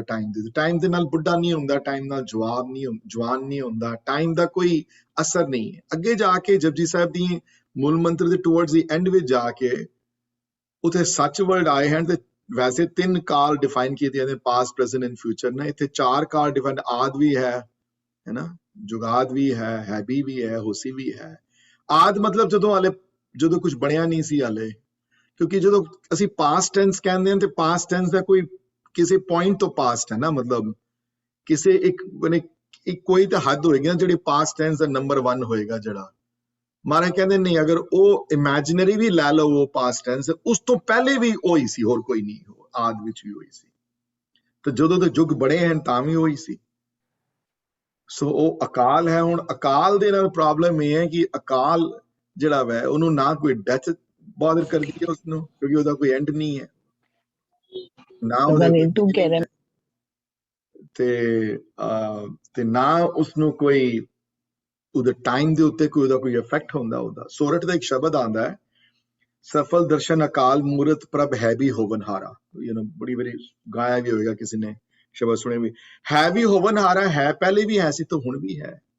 ਅਕਾਲ ਰੂਪ ਵਿੱਚ ਹੈ ਆਪ, ਉਹਦਾ ਕੋਈ ਮਾਰ ਨਹੀਂ ਸਕਦਾ ਕੋਈ ਉਸਨੂੰ, ਨਾ ਉਹਦਾ ਕੋਈ ਐਂਡ ਹੈ, ਨਾ ਉਹਦੀ ਕੋਈ ਬਿਗਨਿੰਗ ਹੈ, ਨਾ ਉਹਦੇ ਟਾਈਮ ਦਾ ਕੋਈ ਅਸਰ ਹੈ। ਸੋ ਟਾਈਮਲੈਸ ਹੈ ਉਹ ਆਪ। ਟਾਈਮਲੈਸਨੈਸ ਦੀ ਕਨਸੈਪਟ ਹੈ ਅਕਾਲ ਦਾ। ਹੁਣ ਪ੍ਰੋਬਲਮ ਇਹ ਆਂਦੀ ਹੈ ਅਕਾਲ ਦੀ ਕਿ ਜੇ ਅਕਾਲ ਟਾਈਮਲੈਸ ਹੈ, ਹੁਣ ਕੋਈ ਇਸੀ ਵਾਸਤੇ ਨਾਲ ਮੂਰਤ ਦੀ ਜਿਹੜੀ ਕਨਸੈਪਟ ਹੈ, ਮੂਰਤ ਵਾਲਾ, ਉਹ ਥੋੜਾ ਜਿਹਾ ਜ਼ਿਆਦਾ ਐਬਸਟਰੈਕਟ ਹੈ। ਮੂਰਤ ਵਾਲਾ ਕਨਸੈਪਟ, ਅਕਾਲ ਤੇ ਸਮਝ ਆ ਗਈ, ਠੀਕ ਹੈ ਵੀ ਅਕਾਲ ਹੈ ਜੀ, ਹਾਂਜੀ ਅਕਾਲ ਹੋ ਗਿਆ ਜੀ। ਤੇ ਹੁਣ ਮੂਰਤ ਦੇ ਕਨਸੈਪਟ ਨਾਲ ਇਹ ਹੈ ਕਿ ਹੁਣ ਕੋਈ ਕਵੇ ਕਿ ਅਕਾਲ ਹੈ ਕਿਧਰੇ, ਪੱਥਰ ਤੇ ਨਹੀਂ ਕਿਧਰੇ, ਕਿਉਂਕਿ ਪੱਥਰ ਵੀ ਕਹਿੰਦੇ ਨੇ ਅਕਾਲ ਹੋ ਸਕਦਾ ਹੈ। ਹੁਣ ਪੱਥਰ ਨੂੰ ਇੱਕ ਜਗ੍ਹਾ ਰੱਖ ਦਿਓ ਤੇ ਹਜ਼ਾਰਾਂ ਸਾਲ ਪਿਆ ਰਹੇਗਾ, ਸ਼ਾਇਦ ਕਰੋੜਾਂ ਸਾਲ ਇੱਕ ਜਗ੍ਹਾ ਪਿਆ ਰਹੇ। ਤੁਹਾਨੂੰ ਪੱਥਰ ਉੱਤੋਂ ਸੁੱਟ ਦਿਓ ਤਾਂ ਵੀ ਕੁਝ ਨਹੀਂ ਹੁੰਦਾ ਉਸਨੂੰ, ਹੈ ਤੇ ਮਿੱਟੀ ਦਾ ਟੁਕੜਾ ਇੱਕ ਜ਼ੋਰ ਦੀ, ਬੜੇ ਸਾਲ ਲੱਗਦੇ ਨੇ ਉਹਨੂੰ ਕੁਝ ਡਿਸਟਰੋਏ ਕਰਦਿਆਂ ਉਹਨੂੰ। ਭਾਵ ਇਹ ਕਿਧਰੇ ਅਕਾਲ ਹੋਣ ਨਾਲ ਕਿਧਰੇ ਇਹ ਨਾ ਹੋਵੇ ਕੋਈ ਕਹਿ ਦਵੇ ਕਿ ਅਕਾਲ ਹੈ ਤੇ ਸ਼ਾਇਦ ਕੌਨਸ਼ੀਅਸਨੈਸ ਨਾ ਹੋਵੇ ਅੰਦਰ। ਅਕਾਲ ਇਸ ਵਾਸਤੇ ਹੈ ਕਿ ਕੌਨਸ਼ੀਅਸ ਹੈ ਹੀ ਨਹੀਂ, ਸੋ ਫॉर ਐਗਜ਼ਾਮਪਲ ਕੋਈ ਨਿਰਜੀਵ ਤੇ ਨਹੀਂ ਕਿਧਰੇ ਅਕਾਲ ਹੋਣ ਨਾਲ। ਸੌਰੀ, ਕਨਸੈਪਟ ਥੋੜੇ ਜੇ ਡਿਫਿਕਲਟ ਹੋਰ ਥੋੜੇ ਐਬਸਟਰੈਕਟ ਕਨਸੈਪਟ ਹਨ ਮੂਲ ਮੰਤਰ ਦੇ ਵਾਲੇ। ਭਾਈ ਸਾਹਿਬ ਭਾਈ ਵੀਰ ਸਿੰਘ ਨੇ ਸੰਥਿਆ ਵਿੱਚ ਬਹੁਤ ਸੋਹਣੀ ਤਰੀਕੇ ਨਾਲ ਮੂਰਤ ਦਾ ਕਨਸੈਪਟ ਸਮਝਾਇਆ ਹੈ। 2 ਰੈਫਰੈਂਸਸ ਮੈਂ ਤੁਹਾਨੂੰ ਦਿਆਂਗਾ ਜਿਨੇ ਅਗਰ ਜ਼ਿਆਦਾ ਪੜ੍ਹਨਾ ਹੈ ਇਸ ਬਾਰੇ, ਜਿਨ੍ਹਾਂ ਨੂੰ ਜ਼ਿਆਦਾ ਇੰਟਰਸਟ ਹੈ। ਇੱਕ ਸੰਥਿਆ ਭਾਈ ਸਾਹਿਬ ਭਾਈ ਵੀਰ ਸਿੰਘ ਦੀ, ਤੇ ਦੂਸਰੀ ਭਾਈ ਜੋਤ ਸਿੰਘ ਦੀ ਜਿਹੜਾ ਟੀਕਾ ਜਿਹੜਾ ਹੈ ਜਪਜੀ ਸਾਹਿਬ ਦਾ ਪਾਪ ਪ੍ਰਕਾਸ਼ਨੀ ਟੀਕਾ, ਅਗਰ ਤੁਹਾਡੇ ਕੋਲ ਹੈ, ਅਗਰ ਤੁਸੀਂ ਪੜ੍ਹਿਓ ਅਗਰ ਉਹਨੂੰ, ਤਾਂ ਉਹਦੇ ਬਿਗਨਿੰਗ ਪੇजेस ਦੇ ਵਿੱਚ ਭਾਈ ਸਾਹਿਬ ਡਿਸਕਸ ਕਰਦੇ ਹਨ ਅਕਾਲ ਮੂਰਤ ਦੇ ਕਨਸੈਪਟ ਨੂੰ। और बहुत खूबसूरती नाल समझाया उस कॉन्सेप्ट ਨੂੰ बहुत अच्छी तरह। ਤੇ ਉੱਥੇ ਮੂਰਤ ਦਾ ਕਨਸੈਪਟ, ਮੂਰਤ ਦੇ ਲਿਟਰਲ ਮੀਨਿੰਗ ਹੈ somebody who is awake, somebody who is ਜਿਹਦਾ ਸਰੂਪ ਹੋਵੇ, ਜੋ ਕੌਨਸ਼ੀਅਸ ਹੋਵੇ, ਜੋ ਸੋਚ, ਜਿਹਦੇ ਵਿੱਚ ਐਬਿਲਿਟੀ ਹੋਵੇ ਰਾਈਟ ਔਰ ਰੋਂਗ ਡਿਸਰਨ ਕਰਨ ਦੀ, ਜੋ ਦੇਖ ਸਕਦਾ ਹੋਵੇ, ਸੁਣ ਸਕਦਾ ਹੋਵੇ, ਸਮਝ ਸਕਦਾ ਹੋਵੇ, ਜੋ ਜਾਗਦਾ ਹੋਵੇ, ਹਮੇਸ਼ਾ ਸੁੱਤਾ ਨਾ ਹੋਵੇ, ਅੰਦਰੋਂ ਜਾਗਰੂਕ ਅਵਸਥਾ ਵਿੱਚ ਹੋਵੇ, ਜਿਹੜਾ ਉਹ ਮੂਰਤ ਹੈ। ਹੁਣ ਅਕਾਲ ਦੇ ਨਾਲ ਮੂਰਤ ਇਸ ਵਾਸਤੇ ਲਗਾਇਆ ਉਹਨਾਂ ਨੇ ਨਾਲ ਕਿ ਇਹ ਨਾ ਕੋਈ ਮੂਰਖ ਸਮਝ ਬੈਠੇ ਕੋਈ ਉਹ ਅੱਛਾ ਜੀ ਅਕਾਲ ਹੈ ਜੀ, ਇਹਦਾ ਮਤਲਬ ਕੋਈ ਟਾਈਮਲੈਸ ਹੈ, ਹਮੇਸ਼ਾ ਰਹੇਗਾ, ਇਹਦਾ ਮਤਲਬ ਕਿ ਇਹਦਾ ਮਤਲਬ ਟਾਈਮਲੈਸ ਚੀਜ਼ਾਂ ਤੇ ਇਹ ਵੀ ਹੋ ਸਕਦੀਆਂ ਕਿ ਇਹ ਨਿਰਜੀਵ ਚੀਜ਼ਾਂ ਹੋਣ ਜਿਹੜੀਆਂ, ਕਿਉਂਕਿ ਜਿਹੜੀਆਂ ਚੀਜ਼ਾਂ ਤੁਹਾਨੂੰ ਨਜ਼ਰ ਆਉਂਦੀਆਂ ਜਿਹਦੇ ਵਿੱਚ ਜੀਵਨ ਹੈ, ਜਿਹਦੇ ਵਿੱਚ ਉਹ ਕੋਈ ਵੀ ਅਕਾਲ ਨਜ਼ਰ ਨਹੀਂ ਆਏਗੀ ਤੁਹਾਨੂੰ। ਇਹ ਸਿਰਫ ਗੱਲ ਪ੍ਰਮਾਤਮਾ ਤੇ ਅਪਲਾਈ ਹੁੰਦੀ ਹੈ। ਖਾਲੀ ਤੁਸੀਂ ਨੋਟਿਸ ਕਰਕੇ ਦੇਖੋ ਕਿਹੜੀ ਚੀਜ਼ ਤੁਹਾਨੂੰ ਨਜ਼ਰ ਆਉਂਦੀ ਹੈ ਬਾਹਰ, ਜਿਹਦੇ ਵਿੱਚ ਕੌਨਸ਼ੀਅਸਨੈਸ ਹੋਵੇ ਤੇ ਅਕਾਲ ਵੀ ਹੋਵੇ ਨਾਲ, ਨਹੀਂ ਨਜ਼ਰ ਆਉਂਦੀ ਤੁਹਾਨੂੰ, ਅੰਦਰਿਸ਼ ਦ੍ਰਿਸ਼ਟੀ ਤੋਂ ਨਜ਼ਰ ਨਹੀਂ ਆ ਸਕਦਾ ਤੁਹਾਨੂੰ, ਇਹਨਾਂ ਅੱਖਾਂ ਨਾਲ ਨਹੀਂ ਦੇਖ ਸਕਦੇ। ਹਾਂ ਇੱਕ ਗੱਲ ਪੱਕੀ ਹੈ, ਜਿਹੜੇ ਪ੍ਰਮਾਤਮਾ ਨਾਲ ਜੁੜਦੇ ਹਨ ਉਹ ਤੇ ਅਕਾਲ ਹੈ ਹੀ ਹਨ, ਉਹਨਾਂ ਨੂੰ ਤੇ ਕੋਈ ਭੁਲਾ ਨਹੀਂ ਸਕਦਾ। ਸਰੀਰ ਰੂਪ ਵਿੱਚ ਨਾ ਵੀ ਹੋਣ ਤਾਂ ਵੀ ਕਦੀ ਕੋਈ ਭੁਲਾਉਂਦਾ ਨਹੀਂ। ਉਹ ਗੁਰੂ ਨਾਨਕ ਦੇਵ ਜੀ ਸਰੀਰ ਰੂਪ ਚ ਨਹੀਂ ਹਨ ਤਾਂ ਕੀ ਹੋ ਗਿਆ, ਪੂਰੀ ਦੁਨੀਆ ਚ ਨਾ ਹੈ ਉਹਨਾਂ ਦਾ, ਸਭ ਜਾਣਦੇ ਨੇ ਉਹਨਾਂ ਨੂੰ, ਹੈ ਨਾ, ਸਾਰੇ ਜਾਣਦੇ ਨੇ। ਜੀਸਸ ਦੁਨੀਆ ਚ ਨਹੀਂ ਹਨ ਇਸ ਵੇਲੇ, ਹੈ ਨਾ, ਲੇਕਿਨ ਪ੍ਰਮਾਤਮਾ ਦੇ ਭਗਤੀ ਦੇ ਕਰਨ ਉਹਨਾਂ ਨੇ ਜੋ ਕੀਤਾ ਇਸ ਪੂਰੀ ਦੁਨੀਆ ਉਹਨਾਂ ਨੂੰ ਜਾਣਦੀ ਹੈ। ਮੁਹੰਮਦ ਸਾਹਿਬ ਦੁਨੀਆ ਚ ਨਹੀਂ ਹਨ, ਰਸੂਲ ਮੰਨਿਆ ਜਾਂਦਾ ਇਸਲਾਮ ਵਿੱਚ ਉਹਨਾਂ ਨੂੰ, ਹੈ ਨਾ, ਲੇਕਿਨ ਜੋ ਉਹਨਾਂ ਨੇ ਕਮਾਇਆ ਆਪਣੀ ਜ਼ਿੰਦਗੀ ਵਿੱਚ, ਜੋ ਉਹਨਾਂ ਨੇ ਖੱਟਿਆ, ਜੋ ਉਹਨਾਂ ਨੇ ਕਮਾਇਆ, ਜੋ ਭਗਤੀ ਕੀਤੀ ਪ੍ਰਮਾਤਮਾ ਦੀ, ਜੋ ਅੱਲਾਹ ਦਾ ਰੂਪ ਉਹਨਾਂ ਨੇ ਕੁਰਾਨ ਦੇ ਥਰੂ ਦੱਸਿਆ, ਲੋਕਾਂ ਨੂੰ ਉਸ ਪਾਸੇ ਜੋੜਿਆ, ਉਹਨਾਂ ਨੂੰ ਇਸ ਵਾਸਤੇ ਉਹਨਾਂ ਦਾ ਨਾਂ ਹੁਣ ਤੱਕ ਮਸ਼ਹੂਰ ਹੈ। ਦੁਨੀਆ ਯਾਦ ਕਰਦੀ ਹੈ ਉਹਨਾਂ ਨੂੰ, ਦੁਨੀਆ ਪ੍ਰੇਜ਼ ਕਰਦੀ ਹੈ ਉਹਨਾਂ ਨੂੰ ਬੜੀ। ਤੇ ਇਹੋ ਜਿਹੇ ਬੰਦੇ ਵੈਸੇ ਹੀ ਅਕਾਲ ਹੁੰਦੇ ਨੇ। ਇਹ ਅਕਾਲ ਦਾ ਮਤਲਬ ਇਹ ਨਹੀਂ ਕਿ ਸਰੀਰ ਰੂਪ ਨਹੀਂ ਰਹਿਣਾ ਉਹਨਾਂ ਨੇ, ਉਹ ਵੱਡੀ ਹਸਤੀ ਦੇ ਮਿਲ ਕੇ ਵਿੱਚ ਅਕਾਲ ਰੂਪ ਚ ਬਣ ਜਾਂਦੇ ਨੇ ਸਾਰੇ। ਲੇਕਿਨ ਮੂਰਤ ਦਾ ਕਨਸੈਪਟ ਇਹ ਹੈ ਕਿ ਉਹ ਪ੍ਰਮਾਤਮਾ ਅਕਾਲ ਹੋ ਕੇ ਵੀ ਮੂਰਤ ਵੀ ਹੈ ਨਾਲ, ਅਕਾਲ ਹੋ ਕੇ ਵੀ ਕੌਨਸ਼ੀਅਸ ਹੈ, ਅਕਾਲ ਹੋ ਕੇ ਵੀ ਕੌਨਸ਼ੀਅਸ ਨਾਲ ਭਰਿਆ ਹੋਇਆ ਹਸਤੀ ਵਾਲਾ ਹੈ, ਪੱਥਰ ਨਹੀਂ ਹੈ ਉੱਥੇ। ਦਸਮ ਬਾਣੀ ਵਿੱਚ ਅਕਾਲ ਉਸਤਤ ਲਾਈਨ ਇੱਕ ਆਉਂਦੀ ਹੈ, ਬੜੇ ਆਥਰਸ ਨੇ ਵਾਲੀ ਲਾਈਨ ਕੋਟ ਕੀਤੀਆਂ, ਮੈਂ ਪੜ੍ਹ ਕੇ ਸੁਣਾ ਦੇਣਾ ਤੁਹਾਨੂੰ, ਸ਼ਾਇਦ ਲਿਖ ਵੀ ਦਿਆਂ, ਜੇ you want me to write it I will write it down also. ਕਾਲ ਰਹਿਤ ਅੰਕਾਲ ਸਰੂਪ, ਆਇਨ ਵਰਡ ਦਸਮ ਗ੍ਰੰਥ ਬਾਈ ਬੜੇ ਆਥਰ ਕੋਟ ਕਰਦੇ ਨੇ। काल तो रहित है पर आप अनकाल है, आप टाइम स्पैन च नहीं है लेकिन डेथ नहीं है उन्होंने आंदी, अनकाल है वो आप। ते ਇਹਦੇ ਚ ਜਪਜੀ ਸਾਹਿਬ ਦੀ ਸੁਖਮਨੀ ਸਾਹਿਬ ਦੀ ਬਾਣੀ ਵਿੱਚ ਵੀ ਅਕਾਲ ਕਈ ਵਾਰੀ ਬੜੀ ਵਾਰੀ ਅਕਾਲ ਵਰਡ ਯੂਜ਼ ਕੀਤਾ ਨੇ। ਜਾਪ ਸਾਹਿਬ ਵੀ ਅਕਾਲ ਵਰਡ ਬੜੀ ਵਾਰੀ ਆਇਆ, ਨਮਨਸੰਗ ਅਕਾਲ ਹੈ, ਅਕਾਲ ਆਇਆ, ਨਮਸਕਾਰ ਹੈ ਉਸਨੂੰ ਜਿਹੜਾ ਹੈ ਨਾ। ਕਈ ਵਾਰੀ ਅਕਾਲੰਗ ਵਰਡ ਵੀ ਆਇਆ ਹੈ ਅੱਗੇ ਜਾ ਕੇ ਜਾਪ ਸਾਹਿਬ, ਉਹੀ ਵਰਡ ਯੂਜ਼ ਕੀਤਾ ਨੇ, ਬੜੀ ਵਾਰੀ ਵਰਡ ਉੱਥੇ ਵੀ ਯੂਜ਼ ਕੀਤਾ ਨੇ, ਅਕਾਲੰਗ ਵਰਡ ਯੂਜ਼ ਕੀਤਾ ਨੇ। ਤੇ ਮੂਰਤ ਇਸ ਵਾਸਤੇ ਹੈ, ਕੋਈ ਮੂਰਖ ਇਹ ਨਾ ਸਮਝ ਬੈਠੇ ਕਿ ਕੌਨਸ਼ੀਅਸਨੈਸ ਤੋਂ ਬਗੈਰ ਹੈ ਚੀਜ਼, ਕੌਨਸ਼ੀਅਸ ਹੈ, ਉਹਦੇ ਚ ਕੋਗਨੀਟਿਵ ਐਬਿਲਿਟੀ ਹੈ, ਸੋਚਣ ਸਮਝਣ ਵਾਲਾ ਹੈ, ਨਾਮ ਦੇ ਵਿੱਚ ਬੜੀ ਵੱਡੀ ਤਾਕਤ ਹੈ। ਇਹ ਹੋ ਕੇ ਵੀ ਨਾਮ ਜਿਹੜਾ ਹੈ ਉਹ ਅਕਾਲ ਹੈ। ਇਸ ਵਾਸਤੇ ਦੋਨੋਂ ਵਰਡ ਨੂੰ ਇਕੱਠਿਆਂ ਜੋੜ ਕੇ ਅਸੀਂ ਜ਼ਿਆਦਾਤਰ ਪ੍ਰੋਨਾਉਂਸ ਕਰਦੇ ਹਾਂ ਕਿ ਅਕਾਲ ਮੂਰਤ ਹੈ। ਤੇ ਸਾਧਨ ਪੱਖ ਅਕਾਲ ਮੂਰਤ ਦਾ ਬਹੁਤ ਸੋਹਣਾ ਸਮਝਾਇਆ ਹੈ ਭਾਈ ਸਾਹਿਬ ਭਾਈ ਵੀਰ ਸਿੰਘ, ਇਹਨਾਂ ਨੇ ਕਦੀ ਪੜ੍ਹਿਓ ਆਪ, ਕਿ ਜਿਸ ਤਰ੍ਹਾਂ ਨਿਰਭਉ ਕਹਿਣ ਵਾਲਾ ਨਿਰਭਉ ਬਣ ਜਾਂਦਾ ਹੈ, ਨਿਰਵੈਰ ਬਾਰ-ਬਾਰ ਕਹਿਣ ਵਾਲਾ ਨਿਰਵੈਰ ਬਣ ਜਾਂਦਾ ਹੈ, ਤੇ ਅਕਾਲ ਮੂਰਤ ਕਹਿਣ ਵਾਲਾ ਬਾਰ ਆਪ ਅਕਾਲ ਰੂਪ ਬਣ ਜਾਂਦਾ ਹੈ, ਆਪ ਉਸ ਅਕਾਲ ਰੂਪ ਵਿੱਚ ਮਿਲ ਜਾਂਦਾ ਹੈ। ਇਸ ਦਾ ਮਤਲਬ ਇਹ ਨਹੀਂ ਕਿ ਉਹ ਮਰਦਾ ਨਹੀਂ ਹੋ, ਹਾਂਜੀ, ਤਾਂ ਇਹ ਨਾ ਸਮਝਿਓ ਕਿ ਉਹਦੇ ਸਰੀਰ ਦੀ ਡੈਥ ਨਹੀਂ ਹੁੰਦੀ। ਸਰੀਰ ਦੀ ਡੈਥ ਤੇ ਹੋ ਜਾਂਦੀ ਹੈ, ਪਰ ਉਹ ਜਿਹੜਾ ਸਾਈਕਲ ਹੈ ਬਰਥ ਔਰ ਡੈਥ ਦਾ, ਉਹਦੇ ਵਿੱਚੋਂ ਰਿਲੀਜ਼ ਹੋ ਜਾਂਦਾ ਉਹ। ਲੇਕਿਨ ਇੱਥੇ ਗੁਰਮਤ ਵਿੱਚ ਅੱਗੇ ਜਾ ਕੇ ਜੂਨੀ ਜਦੋਂ ਡਿਸਕਸ ਕਰਾਂਗੇ ਤੇ ਦੇਖੋਗੇ ਉੱਥੇ ਕਿ ਫਰਕ ਆਇਆ ਬੜਾ। ਗੁਰਮਤ ਵਿੱਚ, ਮੈਂ ਦੁਬਾਰਾ ਇਹਨਾਂ ਗੱਲਾਂ ਨੂੰ ਰਿਪੀਟ ਕਰਾਂਗਾ, ਗੁਰਮਤ ਵਿੱਚ ਇਸ ਗੱਲ ਦੀ ਪ੍ਰਵਾਨਗੀ ਹੈ ਕਿ ਕਈ ਲੋਕ ਜੂਨਾਂ ਵਿੱਚ ਦੁਬਾਰਾ ਆਉਂਦੇ ਹਨ, ਪਰ ਉਹ ਆਉਂਦੇ ਇਸ ਵਾਸਤੇ ਹਨ ਦੂਸਰਿਆਂ ਦਾ ਕਲਿਆਣ ਕਰਨ ਵਾਸਤੇ। ਉਹ ਆਪ ਅਜੂਨੀ ਹਨ। ਕਲਗੀਧਰ ਪਿਤਾ ਨੂੰ ਆਉਣ ਦੀ ਕੋਈ ਲੋੜ ਨਹੀਂ ਸੀ ਇੱਥੇ। आप लिखते हैं इस बारे कि मैं मेरा चित नहीं करता सी आवन दा इत्थे, परमात्मा ने जबरदस्ती मैनू भेजिया कि तुसी जाओ थल्ले। Guru Nanak Dev ji totally realise soul सन। नोटिस करोगे उन्होंने कोई टीचर नहीं सी इस दुनिया च, कोई उन्होंने किसी ਨੂੰ अपना टीचर नहीं बनाया। बाकी अवतारां दे तुसीं देख लोगे, हिंदू अवतारां दे देख लोगे, सारे कोई ना कोई आया, उन्हां दा कोई ना कोई टीचर सी, उन्हां दा कोई टीचर नहीं सी इत्थे, ਉਹ ਕਿਸੇ ਕੋਲ ਪੜਨ ਨਹੀਂ ਗਏ, ਪੜਾ ਕੇ ਆਏ ਨਾ ਆਪ। ਹਾਂਜੀ, ਸੋ ਉਹ ਉਹਨਾਂ ਨੂੰ ਆਉਣ ਦੀ ਕੋਈ ਲੋੜ ਨਹੀਂ ਸੀ ਤੇ ਉਹ ਆਏ ਦੂਸਰਿਆਂ ਦਾ ਭਲਾ ਕਰਨ ਵਾਸਤੇ, ਦੂਸਰਿਆਂ ਦਾ ਉਧਾਰ ਕਰਨ ਵਾਸਤੇ ਆਏ ਹਨ। ਇਸ ਵਾਸਤੇ ਸਾਧਨ ਪੱਖ ਅਕਾਲ ਮੂਰਤ ਦਾ ਇਹ ਹੈ ਕਿ ਜੇ ਅਕਾਲ ਮੂਰਤ ਦੇ ਉੱਤੇ ਬਹੁਤ ਕਨਸੈਂਟਰੇਟ ਕਰੋਗੇ ਤੇ ਆਪ ਉਸ ਦਾ ਰੂਪ ਬਣ ਜਾਂਦਾ ਹੈ ਅਕਾਲ ਮੂਰਤ, ਉਹ ਆਪ ਅਕਾਲ ਮੂਰਤ ਹੋ ਜਾਂਦਾ ਹੈ। ਸੁਖਮਨੀ ਦੀ ਪਹਿਲੀ ਅਸ਼ਪਦੀ ਪ੍ਰਭ ਕੇ ਸਿਮਰਮ ਗਰਭ ਨਾ ਬਸੇ ਤੇ ਪ੍ਰਭ ਕੇ ਸਿਰਮ ਕਾਲ ਪਰ ਹਰੈ ਵੀ ਵਰਡ ਆਏ ਹਨ। ਤੇ ਕਾਲ ਪਰ ਹਰੈ ਮਤਲਬ ਕਿ ਟਾਈਮਲੈਸ ਬਣ ਜਾਂਦਾ ਹੈ ਆਪ, ਪਰ ਹਰ ਲੈਂਦਾ ਹੈ ਡੈਥ ਨੂੰ, ਪਰ ਹਰ ਲੈਂਦਾ ਹੈ ਐਂਡਿੰਗ ਨੂੰ, ਉਹਦੀ ਐਂਡ ਨਹੀਂ ਹੋ ਪਾਉਂਦਾ ਕਦੀ। ਉਹ ਚਲੇ ਜਾਂਦੇ ਨੇ ਦੁਨੀਆ ਤੋਂ ਫਿਰ ਵੀ ਲੋਕ ਯਾਦ ਰੱਖਦੇ ਨੇ, ਉਹ ਚਲੇ ਜਾਂਦੇ ਨੇ ਦੁਨੀਆ ਤੋਂ ਫਿਰ ਵੀ ਉਤਨੀ ਹੀ ਦਿਲ ਸੇ। ਜਪਜੀ ਜਦੋਂ ਵੀ ਪੜ੍ਹਦੇ ਹੋ ਤਾਂ ਗੁਰੂ ਨਾਨਕ ਯਾਦ ਆਉਂਦੇ ਹਨ। ਜਦੋਂ ਤੁਸੀਂ ਕੋਈ ਵੀ ਬਾਣੀ ਆਸਾ ਦੀ ਵਾਰ ਪੜ੍ਹਦੇ ਹੋ ਗੁਰੂ ਨਾਨਕ ਯਾਦ ਆਉਂਦੇ ਹਨ। ਸੁਖਮਨੀ ਪੜ੍ਹਦੇ ਹੋ ਕਲ ਗੁਰੂ ਅਰਜਨ ਪਿਤਾ ਯਾਦ ਆਉਂਦੇ ਹਨ। ਕਿਉਂ? ਕਿਉਂਕਿ ਉਹ ਆਪ ਅਕਾਲ ਮੂਰਤ ਦੇ ਰੂਪ ਸਨ, ਉਹ ਆਪ। ਹਾਂਜੀ, ਇਸ ਵਾਸਤੇ ਅਕਾਲ ਮੂਰਤ ਨੂੰ ਸਾਧਨ ਪੱਖ ਇਹ ਹੈ ਅਕਾਲ ਮੂਰਤ ਦਾ ਕਿ ਜੇ ਬਾਰ-ਬਾਰ ਅਕਾਲ ਮੂਰਤ ਤੇ ਕਨਸੈਂਟਰੇਟ ਕਰੋਗੇ ਤੇ ਆਪ ਉਸ ਅਕਾਲ ਤੇ ਮੂਰਤ ਦਾ ਰੂਪ ਬਣ ਜਾਓਗੇ ਤੁਸੀਂ ਆਪ।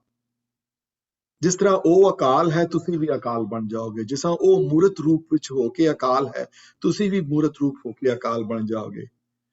ਤੇ ਗੁਰਬਾਣੀ ਚ ਬੜੇ ਰੈਫਰੈਂਸਸ ਹਨ ਇਸ ਬਾਰੇ। ਮੈਂ ਸ਼ਬਦ ਦੀਆਂ traveling yesterday was a little hard for me to, well, I don't have all my books here, it's a little difficult to reach everywhere, but ਬੜੀਆਂ references ਤੁਹਾਨੂੰ ਮਿਲਣਗੀਆਂ। For example, ਅਕਾਲ ਮੂਰਖ ਹਿਰਦੇ ਧਿਆਨ ਦਾ ਦਿਨ ਰਹਿਣ ਜਪੰਦਾ, ਹਿਰਦੇ ਸੱਚਾ ਵਸੇ ਹਰਨਾਏ, ਕਾਲ ਨਾ ਜੋਹੇ ਸਾਕੇ ਗੁਣ ਗਾਈਏ।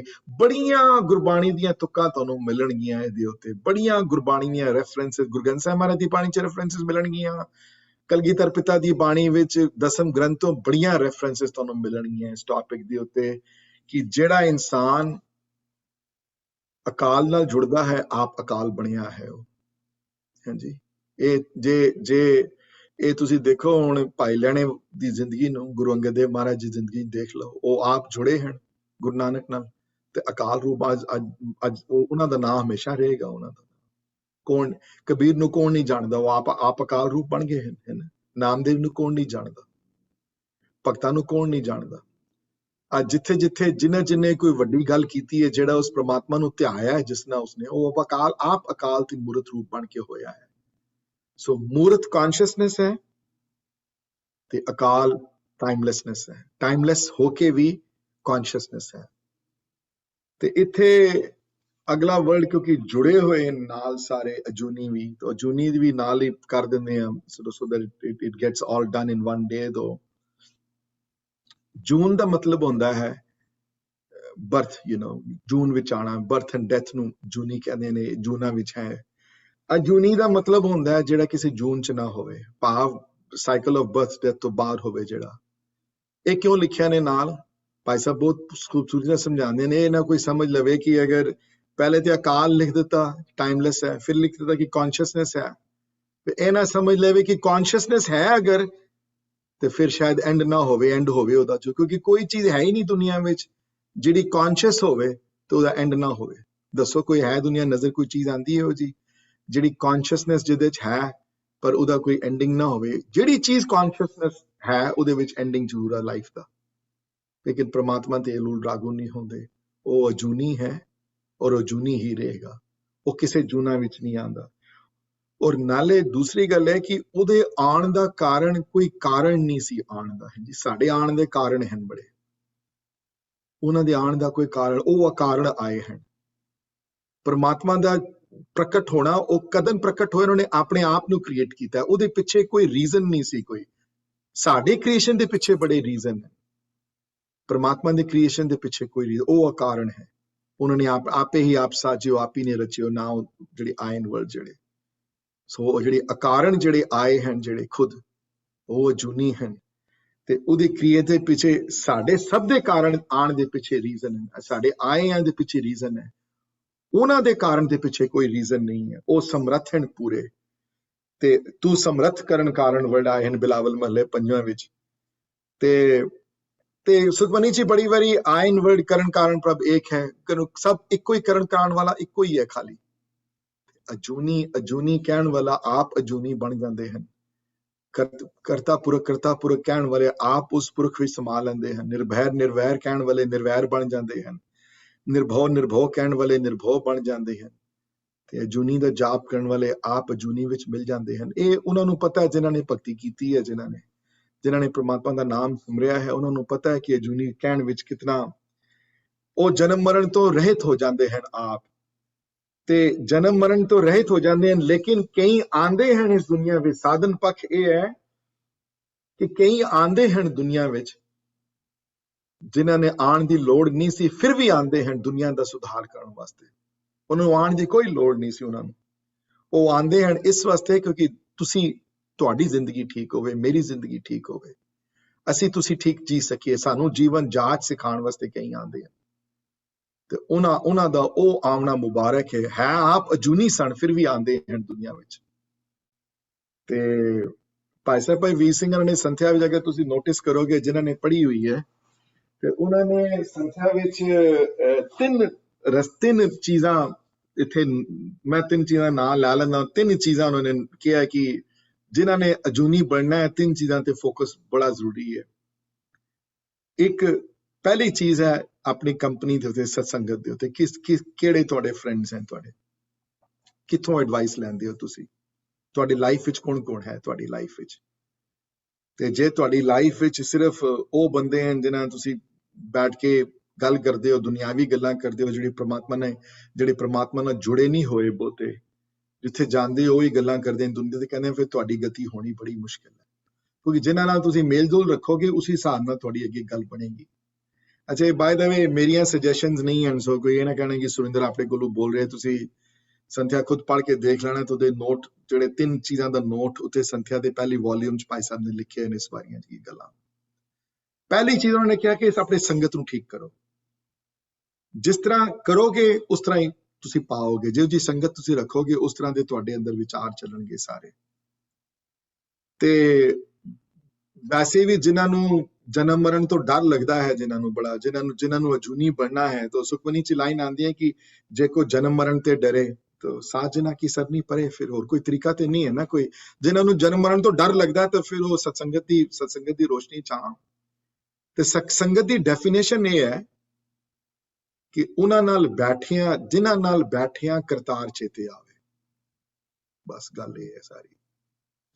ਜਿਨ੍ਹਾਂ ਨਾਲ ਬੈਠ ਕੇ ਦੁਨੀਆ ਚੇਤੇ ਨਾ ਆਵੇ, ਜਿਨ੍ਹਾਂ ਨਾਲ ਬੈਠ ਕੇ ਪੈਸਾ ਚੇਤੇ ਨਾ ਆਵੇ, ਜਿਨ੍ਹਾਂ ਨੂੰ ਦੇਖਦਿਆਂ ਪ੍ਰਮਾਤਮਾ ਚੇਤੇ ਆਵੇ, ਜਿਨ੍ਹਾਂ ਨੂੰ ਦੇਖਦਿਆਂ ਸੁਖਮਨੀ ਚੇਤੇ ਆਵੇ, ਜਿਨ੍ਹਾਂ ਨੂੰ ਦੇਖਦਿਆਂ ਕੀਰਤਨ ਚੇਤੇ ਆਵੇ, ਜਿਨ੍ਹਾਂ ਨੂੰ ਦੇਖਦਿਆਂ ਬਾਣੀ ਚੇਤੇ ਆਵੇ, ਉਹ ਸਤਸੰਗਤ ਹੈ।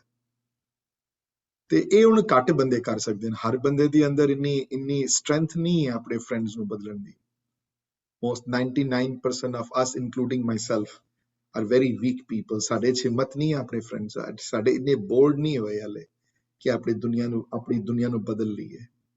ਜਿਹੜੇ ਬਦਲਦੇ ਹਨ ਉਹ ਵਾਹ ਉਹਨਾਂ ਦੀ, ਜਿਹੜੇ ਕਰ ਲੈਂਦੇ ਹਨ ਕੰਮ। ਔਖਾ ਕੰਮ ਨਾ ਆਪਣੇ, ਇਹ ਲਾਈਫ ਸਟਾਈਲ ਚੇਂਜਸ ਹਨ ਸਾਰੀਆਂ। ਲਾਈਫ ਸਟਾਈਲ ਚੇਂਜਸ ਕਰਨੀਆਂ ਇੰਨੀਆਂ ਈਜ਼ੀ ਨਹੀਂ ਹੈ, ਬਹੁਤ ਹਿੰਮਤ ਚਾਹੀਦੀ ਹੈ ਕਰਨ ਦੀਆਂ, ਹੈ ਨਾ। ਤੇ ਇਹ ਪਹਿਲੇ ਉਹਨਾਂ ਦੇ ਆਪਣੇ ਇਹ ਹੈ ਕਿ ਪਹਿਲੇ ਤੇ ਆਪਣੀ ਸੰਗਤ ਤੇ ਜ਼ੋਰ ਦੇਵੇ, ਸੰਗਤ ਤੇ ਦੇਖੇ ਸੰਗਤ ਮੇਰੀ ਕਿਹੋ ਜਿਹੀ ਹੈ। ਤੇ ਦੂਸਰਾ ਹੈ ਪ੍ਰਮਾਤਮਾ ਦੀ ਭਗਤੀ ਜਾਂ ਨਾਮ ਨਾਲ ਜੁੜਨਾ, ਤੇ ਭਗਤੀ ਤੇ ਜ਼ੋਰ ਦੇਵੇ ਫਿਰ।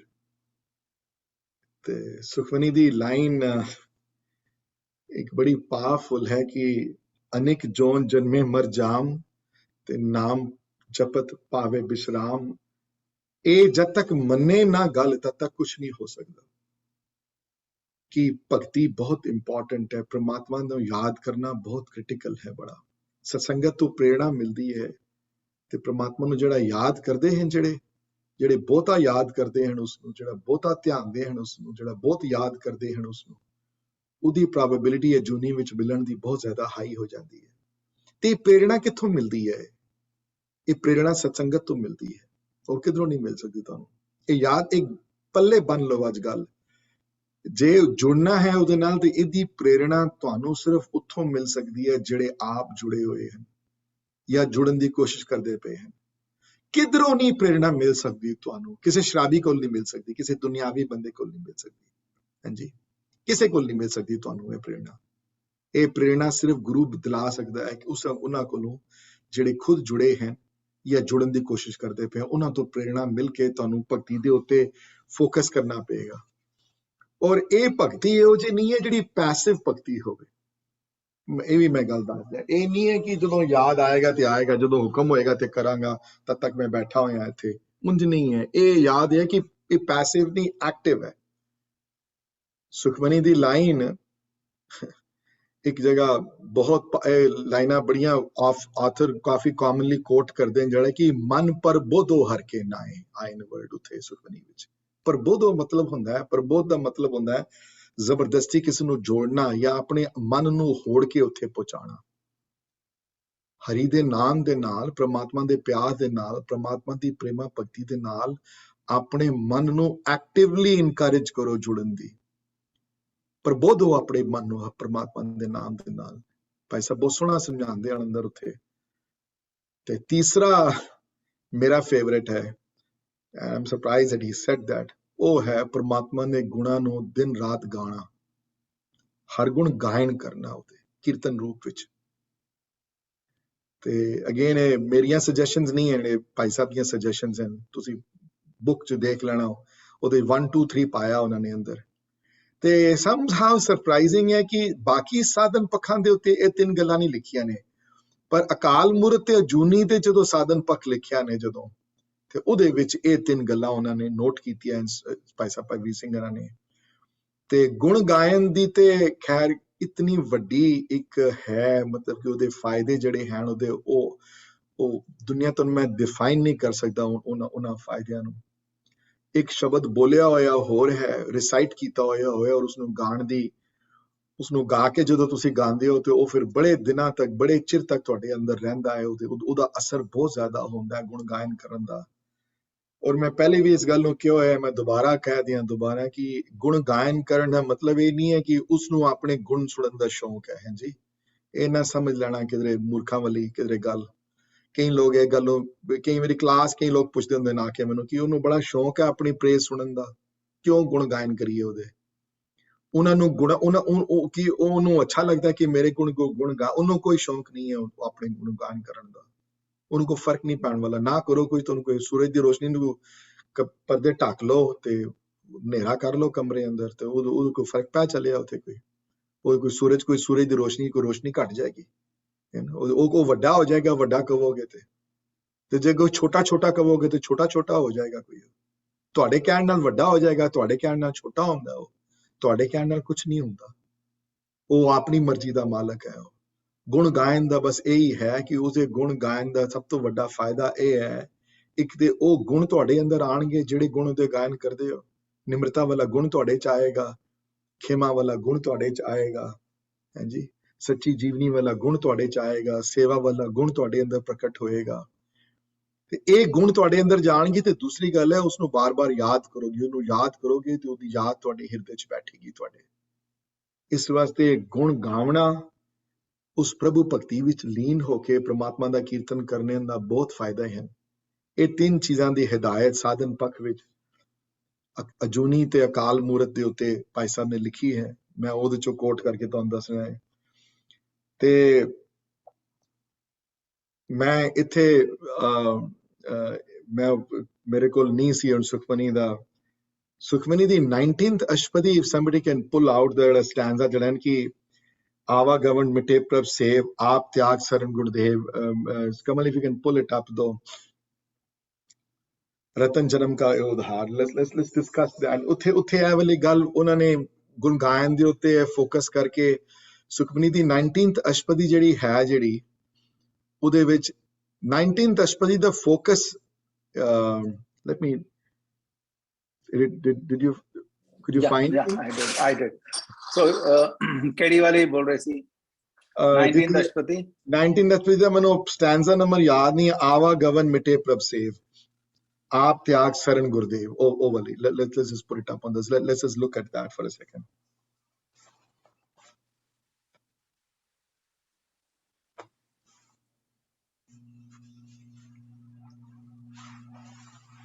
I think it is not 19th then.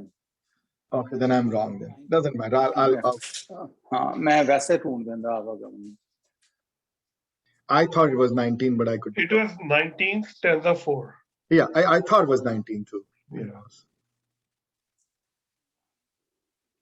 If you found it, Bharwaj, you can put it up.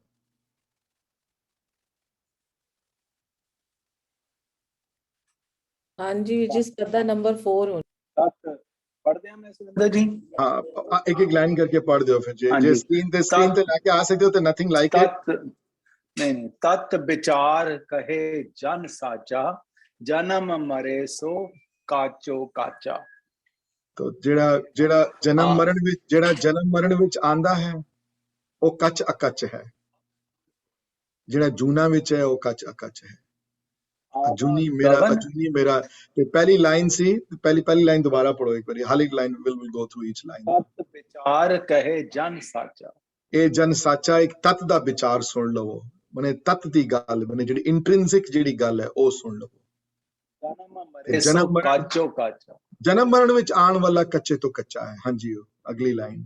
ਆਵਾਗਮਨ ਮਿਟੇ ਪ੍ਰਭ ਸੇਵ, ਪ੍ਰਭੂ ਦੀ ਇਹ ਆਵਾਗਮਨ ਜਿਨੇ ਮਿਟਾਣਾ ਹੈ, ਜਿਨੇ ਅਜੂਨੀ ਦੇ ਰੂਪ ਵਿੱਚ ਅਜੂਨੀ ਹੋਣਾ ਹੈ, ਜਿਨੇ ਅਜੂਨੀ ਆਪ ਬਣਨਾ, ਜਿਸਨੇ ਅਕਾਲ ਮੂਰਤ ਦੇ ਰੂਪ ਵਿੱਚ ਟੁੱਟ ਦੀ ਜਿਨੇ ਮਿਲ ਜਾਣਾ ਹੈ, ਉਹ ਪ੍ਰਮਾਤਮਾ ਦੀ ਸੇਵਾ ਕਰਨ ਨਾਲ ਹੁੰਦਾ ਹੈ। ਤੇ ਪ੍ਰਮਾਤਮਾ ਦੀ ਪ੍ਰਭੂ ਸੇਵਾ ਕੀ ਹੈ? ਪ੍ਰਭ ਸੇਵਾ ਕੀ ਹੈ?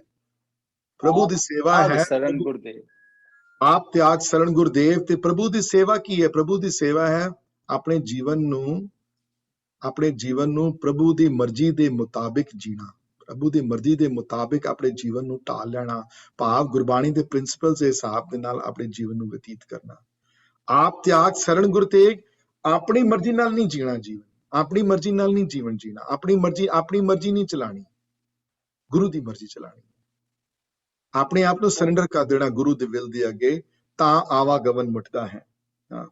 ਹੁਣ ਦੇਖੋ ਅਸਲੀ ਵਰਡ ਆਣਗੇ। ਹਾਂਜੀ, ਰਤਨ ਜਨਮ ਕਾ ਹੋਏ ਉਧਾਰ, ਇਹੋ ਰਤਨ ਜਨਮ ਕਾ ਹੋਏ ਉਧਾਰ।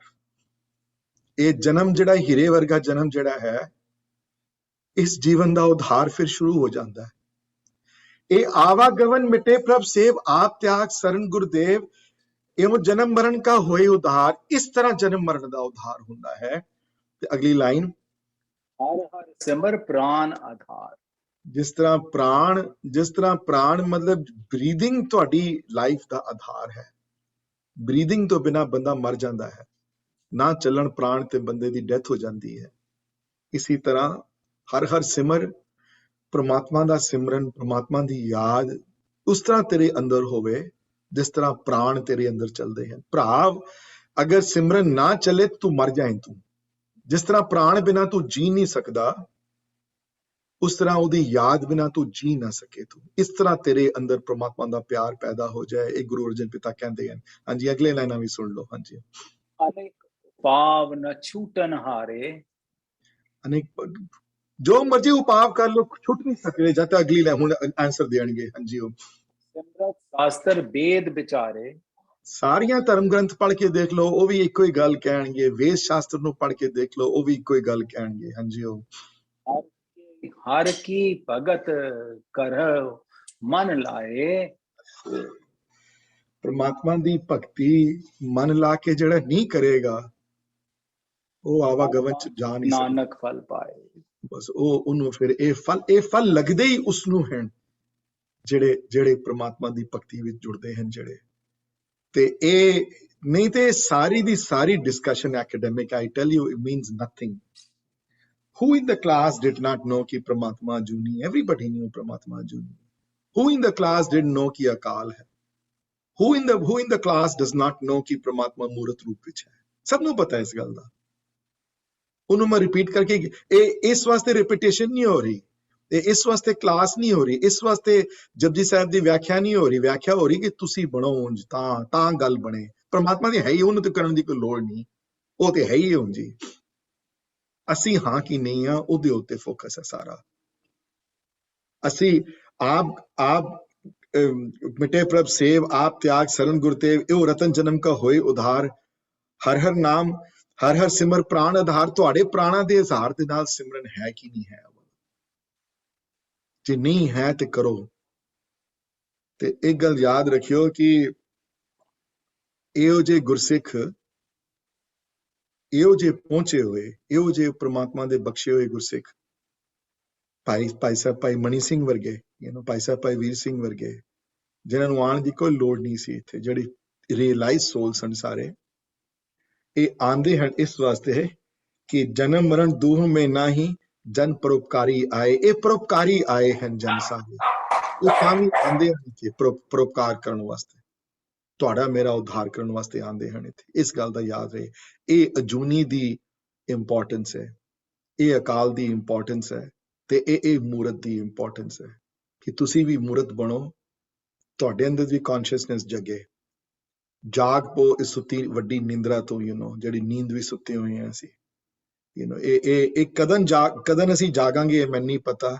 ਜਪਜੀ ਸਾਹਿਬ ਦੀ ਬਾਣੀ ਤੁਹਾਨੂੰ ਸਵੇਰੇ ਰੋਜ਼ ਜਗਾਉਂਦੀ ਹੈ। ਤੁਹਾਨੂੰ ਇਹ ਜਦੋਂ ਚੀਜ਼ਾਂ ਬੰਦਾ ਉਚਾਰਦਾ, ਜਦੋਂ ਮੂਲ ਮੰਤਰ ਵਿੱਚ ਅਕਾਲ ਹੈ, ਮੂਰਤ ਹੈ, ਜੂਨੀ ਹੈ, ਤੇ ਸਾਹਿਬ ਭੰਗ ਦੀ ਵੀ ਆਏਗੀ next week, we will talk about ਸਾਹਿਬ ਭੰਗ, ਤੇ ਇਹਨਾਂ ਤਿੰਨਾਂ ਚੀਜ਼ਾਂ ਦੇ ਨਾਲ ਹਰਗੁਰੂ ਦੇ ਗਾਵਣਾ, ਸੰਗਤ ਨੂੰ ਰੱਖਣਾ ਤੇ ਪ੍ਰਮਾਤਮਾ ਦੀ ਭਗਤੀ, ਇਹ ਤਿੰਨਾਂ ਚੀਜ਼ਾਂ ਦੇ ਨਾਲ ਆਪ ਬੰਦਾ ਜਿਹੜਾ ਹੈ ਅਜੂਨੀ ਹੋ ਜਾਂਦਾ ਹੈ। ਤੇ ਭਾਈ ਸਾਹਿਬ ਇੱਕ ਹੋਰ ਐਗਜ਼ਾਮਪਲ ਦਿੰਦੇ ਹਨ ਸੰਖਿਆ ਚੋਂ, ਮੈਂ ਕਹਿ ਕੇ I'm going to stop my session today. ਕਹਿੰਦੇ ਨੇ ਕਿ ਬੜੀ ਵਾਰੀ ਜੇਲ੍ਹ ਵਿੱਚ ਕੈਦੀ ਹੁੰਦੇ ਨੇ, ਬੜੇ ਅੱਛੀ ਐਗਜ਼ਾਮਪਲ ਦਿੱਤੀ ਭਾਈ ਸਾਹਿਬ ਨੇ। ਕਹਿੰਦੇ ਜੇਲ੍ਹ ਵਿੱਚ ਕੈਦੀ ਹੁੰਦੇ ਨੇ ਤੇ ਬੜੀ ਵਾਰੀ ਕੈਦੀ ਬਿਮਾਰ ਹੋ ਜਾਂਦਾ, ਬੰਦਾ ਕੈਦੀ ਬਿਮਾਰ ਹੋ ਜਾਂਦਾ ਤੇ ਕੈਦੀ ਨੂੰ ਫਿਰ ਡਾਕਟਰ ਜਾਣਾ ਪੈਂਦਾ, ਤੇ ਡਾਕਟਰ ਜੇਲ੍ਹ 'ਚ ਜਾਂਦਾ ਨਾ। ਫਿਰ ਇਹਦਾ ਮਤਲਬ ਕਿ ਡਾਕਟਰ ਨੂੰ ਕੋਈ ਸਜ਼ਾ ਹੋਈ ਹੈ, ਜੇਲ੍ਹ ਗਿਆ ਉਹ, ਤੇ ਡਾਕਟਰ ਜੇਲ੍ਹ 'ਚ ਕਿਉਂ ਜਾ ਰਿਹਾ?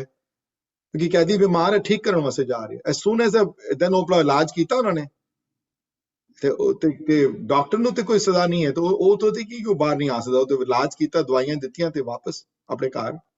ਉਹਨੂੰ ਤਾਂ ਜੇਲ੍ਹ ਰਹਿਣ ਦੀ ਕੋਈ ਲੋੜ ਨਹੀਂ ਉਹਨੂੰ ਕੋਈ। ਉਹ ਜੇਲ੍ਹ ਤਾਂ ਗਿਆ ਹੈ ਦੂਸਰਿਆਂ ਨੂੰ ਠੀਕ ਕਰਨ ਵਾਸਤੇ। ਇੱਥੇ ਵੀ ਉਹੀ ਐਗਜ਼ਾਮਪਲ ਹਨ ਸਾਰੀਆਂ। ਗੁਰੂ ਇਤਿਹਾਸ ਤੋਂ ਬੜੀਆਂ ਮਿਲਣਗੀਆਂ ਤੁਹਾਨੂੰ, ਔਰ ਤੁਹਾਨੂੰ ਬਾਹਰੋਂ ਵੀ ਐਗਜ਼ਾਮਪਲ ਬਹੁਤ ਮਿਲਣਗੀਆਂ ਤੁਹਾਨੂੰ ਕਿ ਇਹ ਆਪ ਅਕਾਲ ਹੈ, ਆਪ ਅਕਾਲ ਤੋਂ ਰਹਿਤ ਹੈ, ਰਹਿਤ ਹੋ ਕੇ ਵੀ ਮੂਰਤ ਰੂਪ ਵਿੱਚ ਹੈ, ਤੇ ਮੂਰਤ ਹੋ ਕੇ ਵੀ ਅਜੂਨੀ ਹੈ। ਅਸੀਂ ਵੀ ਅਕਾਲ ਬਣ ਸਕਦੇ ਹਾਂ, ਅਸੀਂ ਵੀ ਮੂਰਤ ਬਣ ਸਕਦੇ ਹਾਂ, ਅਸੀਂ ਵੀ ਅਜੂਨੀ ਬਣ ਸਕਦੇ ਹਾਂ, ਜੇ ਅਸੀਂ ਕਰੀਏ ਕੰਮ ਜੋ ਸਾਨੂੰ ਕਿਹਾ ਗਿਆ ਕਰਨ ਵਾਸਤੇ। that is the whole goal. ਹਾਂਜੀ, anybody, I'm going to wait, anybody has any questions or something, otherwise today we'll ਆਪਣਾ class। ਅਸੀਂ ਪੜਿਆ ਵੀ ਹੈਗਾ ਨਾ ਕਲਗੀਧਰ ਚਮਤਕਾਰ ਦੇ ਅੰਦਰ, ਕਿ ਮਾਲੀ ਜਿਹੜਾ ਉਹ ਪੌਦੇ ਕੋਲ ਗਿਆ। That's right. ਮਾਨਕ ਸਾਹਿਬ ਸੱਜਣ ਠੱਗ ਕੋਲ ਗਏ। That's right. Yeah, ਬੜਾ ਇੰਪੋਰਟੈਂਟ ਚੀਜ਼ ਹੈ। ਬਿਲਕੁਲ ਸਾਰੇ ਜਾਣਦੇ ਹਨ। doesn't mean ਕਿ ਅਸੀਂ ਬੈਠ ਜਾਈਏ ਸੋਚ ਕੇ ਆਏਗਾ ਤੇ ਠੀਕ ਕਰ ਦੇਗਾ, ਇਹ that is not going to happen. ਸੋ ਉਹ ਫਿਰ ਇਹ ਦੋਨੋਂ ਤਰਫ ਲਾਗੂ ਹੁੰਦੀਆਂ ਗੱਲਾਂ। So but anyway, I mean the bottom line ਇਹ ਹੈ ਕਿ ਇਹ ਜਿਤਨੀਆਂ ਪ੍ਰਮਾਤਮਾ ਦੀਆਂ ਡੈਫੀਨੇਸ਼ਨਸ ਮੂਲ ਮੰਤਰ ਚ ਆਈਆਂ ਹਨ, ਇਹ ਸਾਰੀਆਂ ਸਾਧਨ ਪੱਖ ਦੇ ਵਿਊ ਨਾਲ ਲਿਖੀਆਂ ਗਈਆਂ ਸਾਰੀਆਂ। ਉਸ ਪ੍ਰਮਾਤਮਾ ਨੂੰ ਤਾਂ ਡਿਫਾਈਨ ਕੀਤਾ ਹੀ ਉਹਨਾਂ ਨੇ, ਪਰ ਇੰਟ੍ਰਿੰਸਿਕ ਰੀਜ਼ਨ ਇਹ ਹੈ ਕਿ ਤੁਸੀਂ ਵੀ ਉਹਦੇ ਰੂਪ ਵਿੱਚ ਮਿਲ ਜਾਓ, ਉਸ ਨਾਲ ਮਿਲੋ, ਉਹ ਤੋਂ ਫਾਇਦਾ ਉਠਾਓ। ਉਹ ਨਿਰਵੈਰ ਤੇ ਆਪ ਹੈ, ਤੁਸੀਂ ਵੀ ਨਿਰਵੈਰ ਬਣੋ। ਉਹ ਨਿਰਭਉ ਆਪ ਹੈ, ਤੁਸੀਂ ਵੀ ਨਿਰਭਉ ਬਣੋ। ਉਹ ਅਕਾਲ ਆਪ ਹੈ, ਤੁਸੀਂ ਵੀ ਅਕਾਲ ਬਣੋ। ਉਹ ਮੂਰਤ ਆਪ ਹੈ, ਤੁਸੀਂ ਵੀ ਮੂਰਤ ਬਣੋ। ਉਹ ਅਜੂਨੀ ਆਪ ਹੈ, ਤੁਸੀਂ ਵੀ ਅਜੂਨੀ ਬਣੋ। ਹਾਂਜੀ, ਸਹਿਭੰਗ ਦੀ ਡੈਫੀਨੇਸ਼ਨ ਦੇਣ ਤੋਂ ਬਾਅਦ ਰਸਤਾ ਵੀ ਦੱਸ ਦਿੰਦੇ ਨੇ ਕਿ ਹਾਂ ਗੁਰੂ ਦੀ ਕਿਰਪਾ ਨਾਲ ਇਹ ਮਿਲਦਾ ਹੈ, ਕਿਸੇ ਦੀ ਹੈਂਡ ਹੋਲਡਿੰਗ ਨਾਲ ਮਿਲਦਾ ਹੈ, ਆਪ ਨਹੀਂ ਮਿਲ ਸਕਦਾ। ਤੇ ਜਦੋਂ ਗੁਰੂ ਦੀ ਡੈਫੀਨੇਸ਼ਨ ਨੈਕਸਟ ਵੀਕ, ਸਹਿਭੰਗ ਦੀ ਡੈਫੀਨੇਸ਼ਨ ਤੋਂ ਬਾਅਦ ਜਦੋਂ ਗੁਰੂ ਦੀ ਡੈਫੀਨੇਸ਼ਨ ਦਿਆਂਗੇ, ਤੇ ਫਿਰ ਗੁਰੂ ਦੀ ਡੈਫੀਨੇਸ਼ਨ ਚ ਵੱਡੀ ਹੈ ਬਹੁਤ। ਗੁਰੂ ਗ੍ਰੰਥ ਸਾਹਿਬ ਮਹਾਰਾਜ ਦੀ ਬਾਣੀ ਵਿੱਚ ਬੜੀ ਜਗ੍ਹਾ ਗੁਰੂ ਦੀ ਡੈਫੀਨੇਸ਼ਨ ਬੜੀਆਂ ਅੱਛੀ ਤਰ੍ਹਾਂ ਆਈਆਂ ਹਨ, ਤੇ ਉੱਥੋਂ ਡੈਫੀਨੇਸ਼ਨ ਲੈ ਕੇ ਗੁਰੂ ਦੇ ਸਰੂਪ ਸਮਝਾਂਗੇ, ਗੁਰੂ ਦਾ ਸਰੂਪ ਕੀ ਹੈ ਸਿੱਖੀ ਵਿੱਚ। ਤੇ ਉਹ ਕਿਉਂ ਇੰਨਾ ਇੰਪੋਰਟੈਂਟ ਹੈ, ਕਿਉਂ ਉਹਦੀ ਇਤਨੀ ਇੰਪੋਰਟੈਂਸ ਹੈ ਗੁਰੂ ਦੀ ਬਾਣੀ ਦੀ and ਗੁਰੂ ਦੇ ਸਰੂਪ ਦੀ। Meanwhile, I'll see if anybody has any questions. Otherwise, officially, I still have 4 minutes left. आज मैं जानबूझ के अपना सेशन छोटा रखा है. So, anybody has any questions? If nobody has any questions, then we'll probably end the class a little sooner than normal. But एक गल याद रखना कि चेते बस इको गल दा रवे कि I hope these classes don't become academic ना हो जावन किधरे, क्योंकि नहीं ते मूल मंत्र दी डेफिनेशन तुसी 5 मिनटां च पढ़ सकदे हो सारी इंटरनेट तो, कोई मुश्किल नहीं है पढ़नी. It's not very difficult to read. Anybody, any comments or questions though?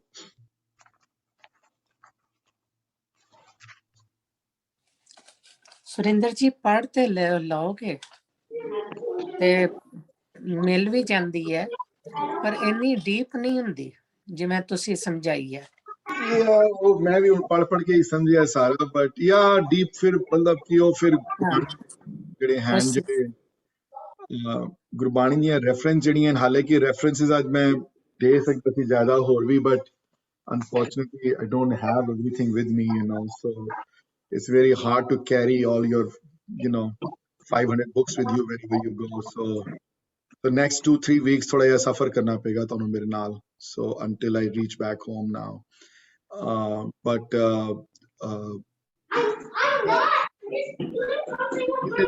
there's a lot of background noise coming out of somebody, so if you can please mute yourself ਜਿੱਥੋਂ ਵੀ ਆ ਰਹੀ ਹੈ ਆਵਾਜ਼, I would appreciate that. ਹਾਂਜੀ, ਨਹੀਂ ਸੁਮਿਤ ਜੀ, you're right. ਕਈ ਵਾਰੀ ਕਿਸੇ ਚੀਜ਼ ਨੂੰ ਸਮਝਣ ਲਈ ਨਾ ਥੋੜੀ ਐਕਸਪਲੇਨੇਸ਼ਨ ਦੀ ਲੋੜ ਹੁੰਦੀ ਹੈ, and you did that. Thank you. No problem. No, I was just surprised ਕਿ ਤਿੰਨ ਚੀਜ਼ਾਂ ਦੀ ਹਿਦਾਇਤ ਉਹਨਾਂ ਨੇ ਜਿਹੜੀ ਹੈ ਸਿਰਫ ਇਹਦੇ ਸਾਧਨ ਪੱਖ ਦੇ ਉੱਤੇ ਇਹਨਾਂ ਨੇ ਦਿੱਤੀ ਹੈ, ਸਤਸੰਗਤ ਦੀ, ਨਾਮ ਨਾਲ ਜੁੜਨ ਦੀ ਤੇ ਉਸ ਪ੍ਰਭੂ ਦੀ ਕੀਰਤਨ ਰੂਪ ਵਿੱਚ ਗੁਣ ਗਾਵਣ ਦੀ, ਇਹ ਤਿੰਨ ਚੀਜ਼ਾਂ ਬੜੀਆਂ। ਪਰ ਇਹ ਸੁਮੀਤ ਜੀ ਇਹ ਬਹੁਤ ਸਟਰੋਂਗ ਬੰਦਾ ਕਰ ਸਕਦਾ ਹੈ ਅੰਦਰੋਂ, ਵੀਕਰ ਬੰਦੇ ਨਹੀਂ ਕਰ ਸਕਦੇ। ਵੀਕਰ ਬੰਦੇ 'ਚ ਹਿੰਮਤ ਨਹੀਂ ਹੁੰਦੀ ਕਹਿਣ ਦੀ ਕਿ ਇਹ ਬੰਦੇ ਨਾਲ ਮੈਂ ਮਿਲਦਾ ਯਾਰ, every time I meet with this person, ਇਹਨਾਂ ਕੋਈ ਪ੍ਰਮਾਤਮਾ ਦੀ ਤੇ ਗੱਲ ਛੇੜਦਾ ਹੀ ਨਹੀਂ ਕੋਈ ਹੈ, ਤੇ ਇਹ ਤੇ ਦੁਨਿਆਵੀ ਗੱਲਾਂ ਹੁੰਦੀਆਂ ਹਮੇਸ਼ਾ, ਇਹ ਮੇਰੇ ਕਿਸੇ ਕੰਮ ਨਹੀਂ ਆਣੀਆਂ। ਮੈਂ ਕਿਉਂ ਇਸ ਬੰਦੇ ਨਾਲ 4 ਵਾਰੀ ਫੋਨ ਤੇ ਗੱਲ ਕਰਾਂ, ਮੈਂ ਇਸ ਬੰਦੇ ਨਾਲ ਕਿਉਂ ਮਹੀਨੇ 'ਚ 3 ਵਾਰੀ ਮਿਲਣਾ, ਇਸਨੂੰ ਮੈਂ ਇਹਦੇ ਨਾਲ ਮੇਰਾ ਕੀ ਫਾਇਦਾ ਇਹਦੇ ਨਾਲ ਮਿਲਣ ਦਾ। ਪਰ ਫਾਇਦਾ ਇਹ ਹੈ ਕਿ ਉਹ ਅਮੀਰ ਹਨ ਸ਼ਾਇਦ, ਜਾਂ ਇਨਫਲੂਐਂਸ਼ੀਅਲ ਹਨ, ਜਾਂ ਦੁਨੀਆ ਸਾਰੀ ਉਹਦੇ ਨਾਲ ਦੋਸਤੀ ਕਰਨਾ ਚਾਹੁੰਦੀ ਹੈ। ਇਹ ਬਹੁਤ ਮੁਸ਼ਕਿਲ ਹੈ ਲਾਈਫ ਸਟਾਈਲ ਬਦਲਣਾ ਆਪਣਾ। ਇਸ ਵਾਸਤੇ ਪ੍ਰਮਾਤਮਾ ਦੀ ਪ੍ਰਾਪਤੀ ਆਮ ਬੰਦਿਆਂ ਨੂੰ ਹੋ ਨਹੀਂ ਸਕਦੀ, ਕਿਉਂਕਿ ਮੋਸਟ ਆਫ ਅਸ, ਅਸੀਂ including my self, I am putting in right my self in the same category, ਅਸੀਂ ਅੰਦਰੋਂ ਇੰਨੇ ਹਲੇ ਬਲਵਾਨ, ਸਪਿਰਿਚੁਅਲੀ ਸਟਰੋਂਗ ਨਹੀਂ ਹੋਏ ਹਲੇ ਅੰਦਰੋਂ, ਜਿਹੜੇ ਇਹੋ ਜਿਹੇ ਇੰਪੋਰਟੈਂਟ ਡਿਸੀਜ਼ਨ ਅਸੀਂ ਲੈ ਸਕੀਏ ਆਪਣੇ ਆਪ। ਅਨਫੋਰਚੂਨੇਟਲੀ ਹੁੰਦਾ ਕੀ ਹੈ ਕਿ ਸਾਡੀ ਲਾਈਫ ਦੀਆਂ ਵੱਡੀਆਂ ਡਿਸੀਜ਼ਨਸ ਔਰ ਇਨਫਲੂਐਂਸ ਹੋ ਜਾਂਦੀਆਂ ਦੁਨੀਆ ਦੇ ਜਿਹੜੇ ਸਾਡੇ ਫਰੈਂਡਸ ਦੇ ਥਰੂ, ਤਾਂ ਉਹ ਫਰੈਂਡ ਜੁੜੇ ਨਾ ਹੋਣ ਕਾਰਨ ਸਾਡੇ ਲਾਈਫ ਤੇ ਫਿਰ ਅਸਰ ਕਰਦੇ ਨੇ ਉਹ ਜੇ। ਔਰ ਜਦੋਂ ਪਤਾ ਲੱਗਦਾ ਇਸ ਗੱਲ ਦਾ ਤਦ ਤੱਕ ਬੁਢਾਪਾ ਆ ਜਾਂਦਾ ਹੈ। ਇੱਕ ਵਾਰੀ ਬੁਢਾਪਾ ਆ ਜਾਵੇ ਫਿਰ ਬੰਦੇ ਦਾ ਸਰੀਰ ਵੀਕ ਹੋ ਜਾਂਦਾ ਹੈ, ਸਰੀਰ ਵੀਕ ਹੋ ਜਾਵੇ ਬੰਦਾ ਕਨਸੈਂਟਰੇਟ ਨਹੀਂ ਕਰ ਸਕਦਾ, ਤੇ ਫਿਰ ਮਾਰੂ ਤੇ ਕਲਿਆਣ ਕਿੱਥੋਂ ਸਿੱਖੇਗਾ ਗਾਣਾ, ਫਿਰ ਕਿੱਥੋਂ ਗੁਣ ਗਾਏਗਾ ਉਹ, ਫਿਰ ਕੀ ਕਰੇਗਾ, ਫਿਰ ਮੁਸ਼ਕਿਲ ਹੋ ਜਾਂਦੀ ਨਾ ਥੋੜੀ ਉਹਦੇ ਵਾਸਤੇ। ਸੋ ਇਸੇ ਵਾਸਤੇ ਨੋਟਿਸ ਕਰੋਗੇ ਕਿ ਈਵਨ ਜਪਜੀ ਸਾਹਿਬ ਦੇ ਜਦੋਂ ਖੰਡ ਜਿਹੜੇ ਆਏ ਹਨ, ਖੰਡਾਂ ਵਿੱਚ ਵੀ ਆ ਕੇ ਜਦੋਂ ਪਹਿਲੇ ਧਰਮਖੰਡ ਤੋਂ ਗਿਆਨਖੰਡ ਦੀ ਟ੍ਰਾਂਜੀਸ਼ਨ ਦੱਸੀ ਨੇ, ਗਿਆਨਖੰਡ ਤੋਂ ਸਰਮਖੰਡ ਦੀ ਟ੍ਰਾਂਜੀਸ਼ਨ ਦੱਸੀ ਨੇ, ਸਰਮਖੰਡ ਤੋਂ ਕਰਮਖੰਡ ਦੀ ਟ੍ਰਾਂਜੀਸ਼ਨ ਦੱਸੀ ਨੇ, ਤੇ ਕਰਮਖੰਡ ਦੇ ਵਿੱਚ ਸਭ ਤੋਂ ਵੱਡੀ ਚੀਜ਼ ਦੀ ਕਰਮਖੰਡ ਵਿੱਚ, ਕਿਉਂ ਕਰਮਖੰਡ ਇੰਨਾ ਔਖਾ ਹੈ, ਕਿਉਂਕਿ ਉੱਥੇ ਬਲਵਾਨ ਬੰਦਾ ਪਹੁੰਚ ਸਕਦਾ ਸਿਰਫ ਕਰਮਖੰਡ ਕੀ ਬਾਣੀ ਜੋਰ, ਜੋਰ ਹੁਣ ਮਿਲੇ ਤਾਂ ਨਾ, ਇਤਨੀ ਸਟਰੈਂਥ ਅੰਦਰੋਂ ਹੋਵੇ ਤਾਂ ਨਾ। ਬਰੂਟ ਸਟਰੈਂਥ ਦੀ ਗੱਲ ਨਹੀਂ ਹੋ ਰਹੀ, ਇਹ ਕੋਈ ਰੈਸਲਿੰਗ ਮੈਚ ਨਹੀਂ ਹੈ ਕਿਸੇ ਨਾਲ, ਇਹ ਸਪਿਰਿਚੁਅਲ ਸਟਰੈਂਥ ਦੀ ਗੱਲ ਹੁੰਦੀ ਪਈ ਹੈ ਅੰਦਰੋਂ। ਉੱਥੇ ਤਾਂ ਹੀ ਤੇ ਤਿੱਥੇ ਸੀਤਾ ਮਹਿਮਾ ਮਾਏ ਹੈ ਨਾ, ਤਾਂ ਕਿ ਰੂਪ ਨਾ ਕਥਨੇ ਜਾਏ। ਉੱਥੇ ਜਿੱਥੇ ਜੋਧ ਮਹਾਬਲ ਸੂਰ, ਉੱਥੇ ਹੋਰ ਸੂਰਮੇ ਹਨ ਨਾ, ਇਹ ਸੂਰਮੇ ਹੀ ਹਨ, ਇਹ ਸੂਰਮਾ ਹੋਣਾ ਪੈਂਦਾ ਅੰਦਰੋਂ, ਸਟਰੋਂਗ ਹੋਣਾ ਪੈਂਦਾ ਅੰਦਰੋਂ to make these life changing changes. ਇਸ ਵਾਸਤੇ ਬਹੁਤ ਲੋਕ ਕਲਾਸ ਅਟੈਂਡ ਕਰਦੇ ਹਨ, ਬੜੇ ਗੁਰਦੁਆਰੇ ਵੀ ਆਉਂਦੇ ਹਨ, ਬੜੇ ਪੂਰੀ ਉਮਰ ਗੁਰਦੁਆਰੇ ਆਉਂਦੇ ਹਨ, ਪੂਰੀ ਉਮਰ ਜਪਜੀ ਪੜ੍ਹਦੇ ਹਨ, ਪੂਰੀ ਉਮਰ ਆਸਾ ਕੀ ਵਾਰ ਦਾ ਕੀਰਤਨ ਸੁਣਦੇ ਹਨ, ਲੇਕਿਨ ਆਤਮਾ ਦੀ ਬਲਵਾਨਤਾ ਅੰਦਰੋਂ ਨਾ ਹੋਣ ਕਾਰਨ ਕਮਲ ਕਈ ਵਾਰੀ ਪੁਆਇੰਟਸ ਆਊਟ ਟੂ ਮੀ ਸੰਗ ਸੁਰਿੰਦਰ ਦੇਖੇ 5 ਸਾਲ ਹੋ ਗਏ ਆਏ ਉਹਨੇ ਚਲਾ ਗਿਆ, ਨਹੀਂ ਆਇਆ ਵਾਪਸ ਹੈ, ਕਿਉਂਕਿ ਆਤਮਾ ਅੰਦਰੋਂ ਕੀ ਹੁੰਦਾ ਵਾਟ ਹੈਪਨ, ਆਤਮਾ ਅੰਦਰੋਂ ਝੜਦੀ ਹੈ ਤੁਹਾਨੂੰ, ਅੰਦਰੋਂ ਆਵਾਜ਼ ਆਉਂਦੀ ਯਾਰ ਮਨਾ ਠੀਕ ਨਹੀਂ ਗੱਲ ਹੈ ਕਰਨੀ, ਲੇਕਿਨ ਅੰਦਰੋਂ ਉਹ ਮਨ ਤੇ ਕਹਿੰਦਾ ਹੈ, ਲੇਕਿਨ ਦੁਨੀਆ ਕਹਿੰਦੀ ਹੈ ਨਹੀਂ ਇੰਜ ਕਰੋ, ਫਿਰ ਉਹ ਵਿਚਾਰਾ ਕਈ ਵਾਰੀ ਉਹ ਫਸ ਜਾਂਦਾ ਉਹਦੇ ਵਿੱਚੋਂ। ਸੋ ਇਹ ਲਾਈਫ ਦੀਆਂ ਇਹ ਚੀਜ਼ਾਂ ਕਰਨ ਵਾਲਾ ਤਾਂ ਹੀ ਦੁਨੀਆ 'ਚ ਘੱਟ ਦੁਨੀਆ ਪਹੁੰਚ ਸਕਦੀ ਹੈ, because most of us are not very strong ਨਹੀਂ ਅੰਦਰੋਂ। ਕਈ ਲੋਕ ਸ਼ਰਮਾ ਵੀ ਜਾਂਦੇ ਨੇ, ਜੇ ਕੀਰਤਨ ਸਿੱਖਿਆ ਤੇ ਲੋਕ ਕੀ ਕਹਿਣਗੇ, ਜੇ ਕੀਰਤਨ ਦੀ ਕਲਾਸ ਕੀ ਤੇ ਲੋਕ ਕੀ ਕਹਿਣਗੇ, ਹਾਂਜੀ, ਜੇ ਬਾਣੀ ਬਹੁਤੀ ਪੜ੍ਹਨੀ ਸ਼ੁਰੂ ਕਰਦੀ ਤੇ ਲੋਕ ਕੀ ਕਹਿਣਗੇ, ਹਾਂਜੀ, ਜੇ ਕਿਤੇ ਬਾਣੀ ਗੁਰਦੁਆਰੇ ਪੜ੍ਹਾਣੀ ਸ਼ੁਰੂ ਕਰਤੀ ਮੇਰੇ ਵਰਗਿਆਂ ਨੇ ਤੇ ਲੋਕ ਕੀ ਕਹਿਣਗੇ, ਭਾਈ ਬਣ ਗਿਆ ਹੁਣ ਤੇ। ਸੋ ਇਹ ਬਲਵਾਨਤਾ ਚਾਹੀਦੀ ਹੈ ਅੰਦਰੋਂ ਬੜੀ, ਤਾਂ ਹੀ ਹਰ ਬੰਦਾ ਨਹੀਂ ਕਰ ਸਕਦਾ। ਸੌਰੀ ਟੂ ਵੈਰੀ ਦੁੱਖ ਲੱਗਦਾ ਮੈਨੂੰ ਕਹਿੰਦਿਆਂ ਇਹ ਗੱਲ, ਪਰ ਇਹ ਗੱਲ ਸੱਚੀ ਹੈ ਬਿਲਕੁਲ, ਸੋ ਅੰਦਰੋਂ ਸਟਰੋਂਗ ਜਿਹੜਾ ਹੋਵੇ ਬੰਦਾ, ਜਿਹਨੂੰ ਪ੍ਰਮਾਤਮਾ ਦਵੇ ਸੁਮਤ ਹੈ, ਔਰ ਅੰਦਰੋਂ ਜਿਹਦਾ ਬਲਵਾਨ ਹੋਵੇ, ਜਿਹੜਾ ਬਲਵਾਨ ਹੁੰਦਾ ਉਹਨੂੰ ਪਰਵਾਹ ਨਹੀਂ ਹੁੰਦੀ, ਉਹ ਕਹਿੰਦੇ ਨੇ ਫਿਰ ਚਲੇ ਜਾਣ ਕੋਈ ਗੱਲ ਨਹੀਂ, ਮੈਨੂੰ ਉਹ ਚਾਹੀਦਾ, ਮੈਨੂੰ ਤੂੰ ਚਾਹੀਦਾ, ਬਾਕੀ ਰਹੇ ਨਾ ਰਹੇ ਕੋਈ, ਮੈਨੂੰ ਦੁਨੀਆ ਦਾ ਕੋਈ ਫਰਕ ਨਹੀਂ ਪੈਂਦਾ, ਮੈਨੂੰ I'm going to be happy just because I am close to you. ਫਿਰ ਉਹਨਾਂ ਨੂੰ ਉਹ ਜੇ ਸੰਗਤ ਹੀ ਮਿਲ ਜਾਂਦੀ, ਉਹਨਾਂ ਨੂੰ ਬੰਦੇ ਵੀ ਹੋ ਜਾਂਦੇ, ਪ੍ਰਮਾਤਮਾ ਕਿਰਪਾ ਕਰਦਾ ਉਹਨਾਂ ਦੇ ਉੱਤੇ, ਉਹਨਾਂ ਨੂੰ ਉਹ ਜੀ ਸੰਗਤ ਬਖਸ਼ ਦਿੰਦਾ ਹੈ, ਤੇ ਪ੍ਰਮਾਤਮਾ ਕਰੇ ਹਰ ਇੱਕ ਨੂੰ ਉਹ ਜੀ ਸੰਗਤ ਮਿਲੇ, ਹਰ ਇੱਕ ਨੂੰ ਉਹ ਜੀ ਮਿਲੇ। ਅਰਦਾਸ ਤੇ ਸਿੱਖ ਰੋਜ਼ ਇਹੀ ਕਰਦਾ, ਸਹੀ ਪਿਆਰੇ ਮੇਲ ਜਿਨ੍ਹਾਂ ਮਿਲਿਆ ਤੇਰਾ ਨਾਮ ਚਿਤੇ ਆਵੇ, ਹੋਰ ਕਿਸੇ ਨੂੰ ਨਾ ਮਿਲਾਈ ਮੈਨੂੰ, ਬਸ ਉਹਨਾਂ ਨਾਲ ਮਿਲਾਈ ਜਿਹਨੂੰ ਦੇਖਦਿਆਂ ਸਾਰੀ ਗੁਰੂ ਚੇਤੇ ਆਵੇ। ਮੇਰੀ ਵੀ ਅਰਦਾਸ ਇਹੀ ਹੈ। ਸੋ I just want to share that also, yeah. Virja, I think when you start out these sessions, Virji, मैं कह रही कि when you start out the sessions, then it's more academic, but as you delve into it, then it becomes, like that you want to live, these. Right. Once you understand it well, then that's important. That is true. Pitaji, Bhai Sahab, Bhai Veer Singh, I have to tell you, okay, the last, I remember only the last 4 or 5 years of his life, and people used to invite him, a lot, or even to the Gurdwara and to, to honor him and all that.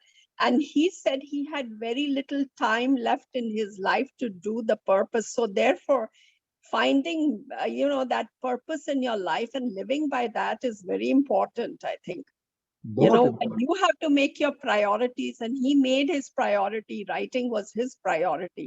That's right.